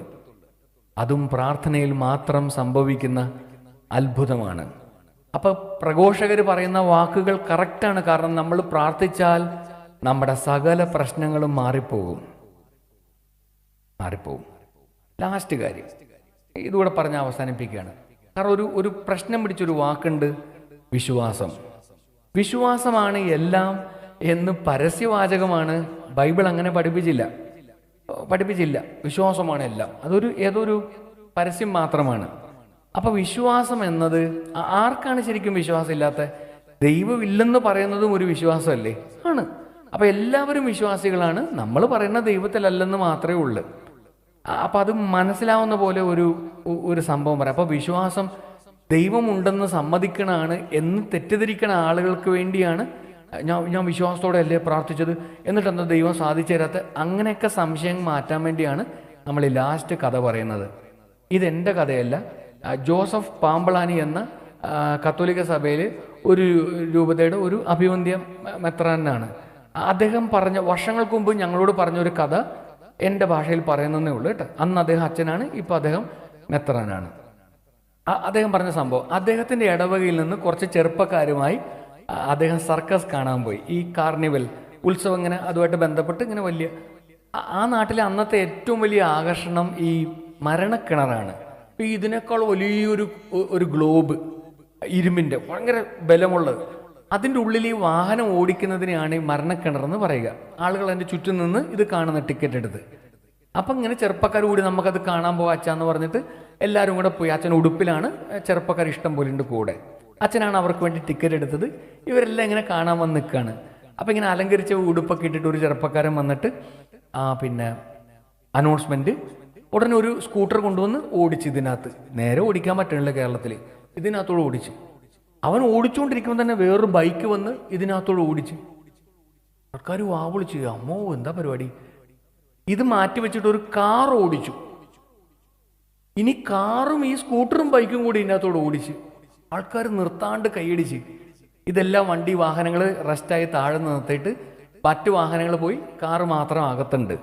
തിളങ്ങണ ഉടുപ്പുള്ള ആ ചേട്ടൻ മൈക്കെടുത്തിട്ട് ഇപ്രകാരം പറഞ്ഞു: പ്രിയപ്പെട്ടവർ, ഞങ്ങളുടെ ധൈര്യം വലുതാണെന്ന് നിങ്ങൾ സമ്മതിച്ചുകൊണ്ടാണ് ഇത്രയും കരഘോഷം ഞങ്ങൾക്ക് തന്നത്. എങ്കിൽ ചുമ്മാ കൈയടിച്ച് വീട്ടിൽ പോകാൻ വേണ്ടിയല്ല, ഒരു സമ്മാന പദ്ധതി കൂടി ഞങ്ങൾ ഒരുക്കിയിട്ടുണ്ട്. ഈ അടച്ചിട്ട കാറിൽ എല്ലാ സുരക്ഷാ മാർഗങ്ങളും സ്വീകരിച്ച് ഈ അടച്ചിട്ട കാറിൽ ഒരു 3-4 റൗണ്ടെങ്കിലും ഞങ്ങളുടെ കൂടെ ഇങ്ങനെ ഇരിക്കാൻ പറ്റുന്ന, ബെൽറ്റും ഹെൽമെറ്റും എല്ലാം വെച്ചിട്ട് ഇരിക്കാൻ പറ്റുന്ന ആൾക്ക് 3000 രൂപ തരാം. എല്ലാവരും കൈയടിച്ച്, ആരും അനങ്ങിയില്ല. 4000 രൂപ തരാം. എല്ലാവരും കൈയടിച്ച് സൂപ്പറാണെന്ന് പറഞ്ഞല്ലാതെ ആരും കൈപൊക്കിയില്ല. 5000 രൂപ തരാമെന്ന് പറഞ്ഞ്. അപ്പം 5000 രൂപയ്ക്ക് വലിയ വിലയുണ്ട് വർഷങ്ങൾക്ക് മുമ്പ്. അപ്പം ഇങ്ങനെ ഉടുപ്പിൽ നിൽക്കണ അച്ഛൻ വലിയ മനുഷ്യനാണ്. അപ്പം ഇങ്ങനെ ഉടുപ്പിൽ നിൽക്കണ അച്ഛൻ്റെ ഇങ്ങനെ ദേഹത്ത് ലോഹയിൽ ഇങ്ങനെ ചെറുപ്പക്കാരിങ്ങനെ ഉരച്ച്, ഇങ്ങനെ മുട്ടുകൊണ്ടിങ്ങനെ ഉരച്ച്, അച്ഛാ ദേ വിളിക്കണ കേട്ടില്ല അച്ഛാ, പോ അച്ഛാ, അച്ഛനെ നഷ്ടപ്പെടാനൊന്നുമില്ലല്ലോ. നിങ്ങൾ ചിരിച്ച പോലെ ഞങ്ങളും ചിരിച്ച്. പ്രസംഗം അവസാനം ഈ യുവജനങ്ങൾക്ക് വേണ്ടി പറഞ്ഞാണ് കേട്ടോ. യുവജനങ്ങൾ ഇങ്ങനെയാണെന്നൊക്കെയാണ് അന്ന് അച്ഛൻ പറഞ്ഞിട്ട് അങ്ങ് പോയി. ഞാൻ എൻ്റെ ആശ്രമത്തിലേക്ക് മടങ്ങി പോകുമ്പം ഞാൻ ഈ അദ്ദേഹം പറഞ്ഞ കഥ ഇങ്ങനെ ചിന്തിക്കുകയാണ്. ഇത്രയും വലിയൊരു അച്ഛനും വന്നിട്ട് എന്തിനാ ഈ കഥ പറഞ്ഞത്? അപ്പം അതിനകത്ത് എന്തോ രഹസ്യമുണ്ട്. ആ രഹസ്യത്തിൻ്റെ പേരാണ് വിശ്വാസം. ദൈവം ഭയങ്കര സംഭവമാണെന്ന് നമുക്കറിയാം. ദൈവമാണ് ഈ ഗ്ലോബ് സൃഷ്ടിച്ചത്, ദൈവമാണ് വാഹനം സൃഷ്ടിച്ചത്, ദൈവമാണ് ഡ്രൈവർ. ഇതെല്ലാം നമുക്കറിയാം. ആ ദൈവം ഓടിക്കാൻ കഴിവുള്ള ഇതെല്ലാം സൃഷ്ടിച്ച ആളാന്ന് പറഞ്ഞ് കൈകൊട്ടി പുറത്തു നിൽക്കാനല്ല. ദൈവം ചോദിക്കുകയാണ്, കുഞ്ഞെ, എല്ലാ സുരക്ഷാ മാർഗങ്ങളും സ്വീകരിച്ച് എൻ്റെ കൂടെ ഈ ലോകമാകുന്ന ഈ യാത്രയിൽ എൻ്റെ കൂടെ വരാവോ? അപ്പം നമ്മൾ യേശു പറഞ്ഞതിൻ്റെ ആ ധൈര്യത്തിൻ്റെ പേരാണ് വിശ്വാസം. അല്ലാതെ ദൈവമുണ്ടെന്ന് സമ്മതിക്കുന്നത് വിശ്വാസമല്ല.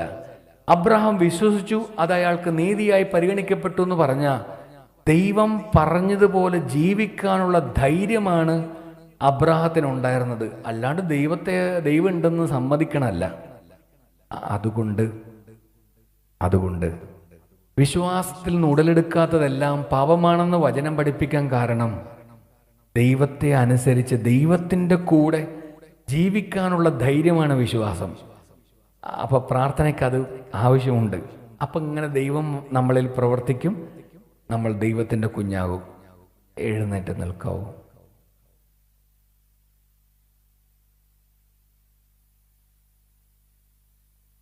ഈ പറഞ്ഞതിൽ ഏതെങ്കിലും സങ്കടപ്പെടുത്തുന്നതാണെങ്കിൽ, സംശയം കൂടുതൽ പ്രശ്നം ജനിപ്പിക്കുന്നതാണെങ്കിൽ മാപ്പ് ചോദിക്കുന്നു. ഇത്രകൂടി ദൈവസ്നേഹം നിറയാൻ ഇത് കാരണമാകട്ടെ എന്ന് പ്രാർത്ഥിക്കുന്നു. നമുക്കും പ്രാർത്ഥിച്ചാല. ബുദ്ധിമുട്ടിൽ ഇങ്ങനെ കൈകൾ കൂപ്പി പിടിക്കുക, ഒരു കുഞ്ഞിനെ പോലെ നിഷ്കളങ്കതയോടെ ഇങ്ങനെ കുഞ്ഞിനെ പോലെ കൈകൾ കൂപ്പി പിടിക്കാം. അപ്പാ എന്ന് വിളിക്കാനാണ് ഈശോ പഠിപ്പിച്ചത്. അപ്പാന്ന് എന്നെ വിളിച്ച് പ്രാർത്ഥിക്കാം. അപ്പാന്ന് എന്നെ വിളിച്ച് പ്രാർത്ഥിക്കാം. നമ്മൾ പറയുന്ന ഏത് കാര്യമാണ് നമ്മുടെ അപ്പനും മനസ്സിലാകാത്തത്? നിങ്ങൾ കടന്നു പോണ സങ്കടം നിങ്ങളെക്കാൾ ഭംഗിയായിട്ട് നിങ്ങളുടെ ദൈവത്തിന് അറിയാമെന്ന് പഠിപ്പിച്ച ഏക പുസ്തകം ബൈബിളാണ്. നീ ഇതുവരെയും എൻ്റെ നാമത്തിൽ ഒന്നും ചോദിച്ചില്ല, ചോദിക്കുകയെന്ന് പറഞ്ഞതും ബൈബിൾ തന്നെയാണ്. മൗനമായിട്ട് പ്രാർത്ഥിക്കാവാ, സ്വന്തം ഭാഷയിൽ പറയാവാ, സ്വന്തം അപ്പനായ ദൈവത്തോട് സ്വന്തം ഭാഷയിൽ പറയാവാ, സങ്കടങ്ങൾ ഓരോന്നോരോന്ന് പറയാവാ. ചോദിക്കാൻ തന്നെയാണ് പറഞ്ഞത്. അത് മകനെപ്പോലെ മകളെപ്പോലെ ചോദിക്കാൻ തന്നെയാണ് പറഞ്ഞത്. ആ അവകാശത്തോടെ ചോദിക്കാം. ഓരോ ആവശ്യങ്ങൾ, ഓരോ ആഗ്രഹങ്ങൾ ദൈവത്തിന് മുമ്പിൽ ഇറക്കി വെക്കാം. ഏതാനും സെക്കൻഡുകൾ മൗനമായി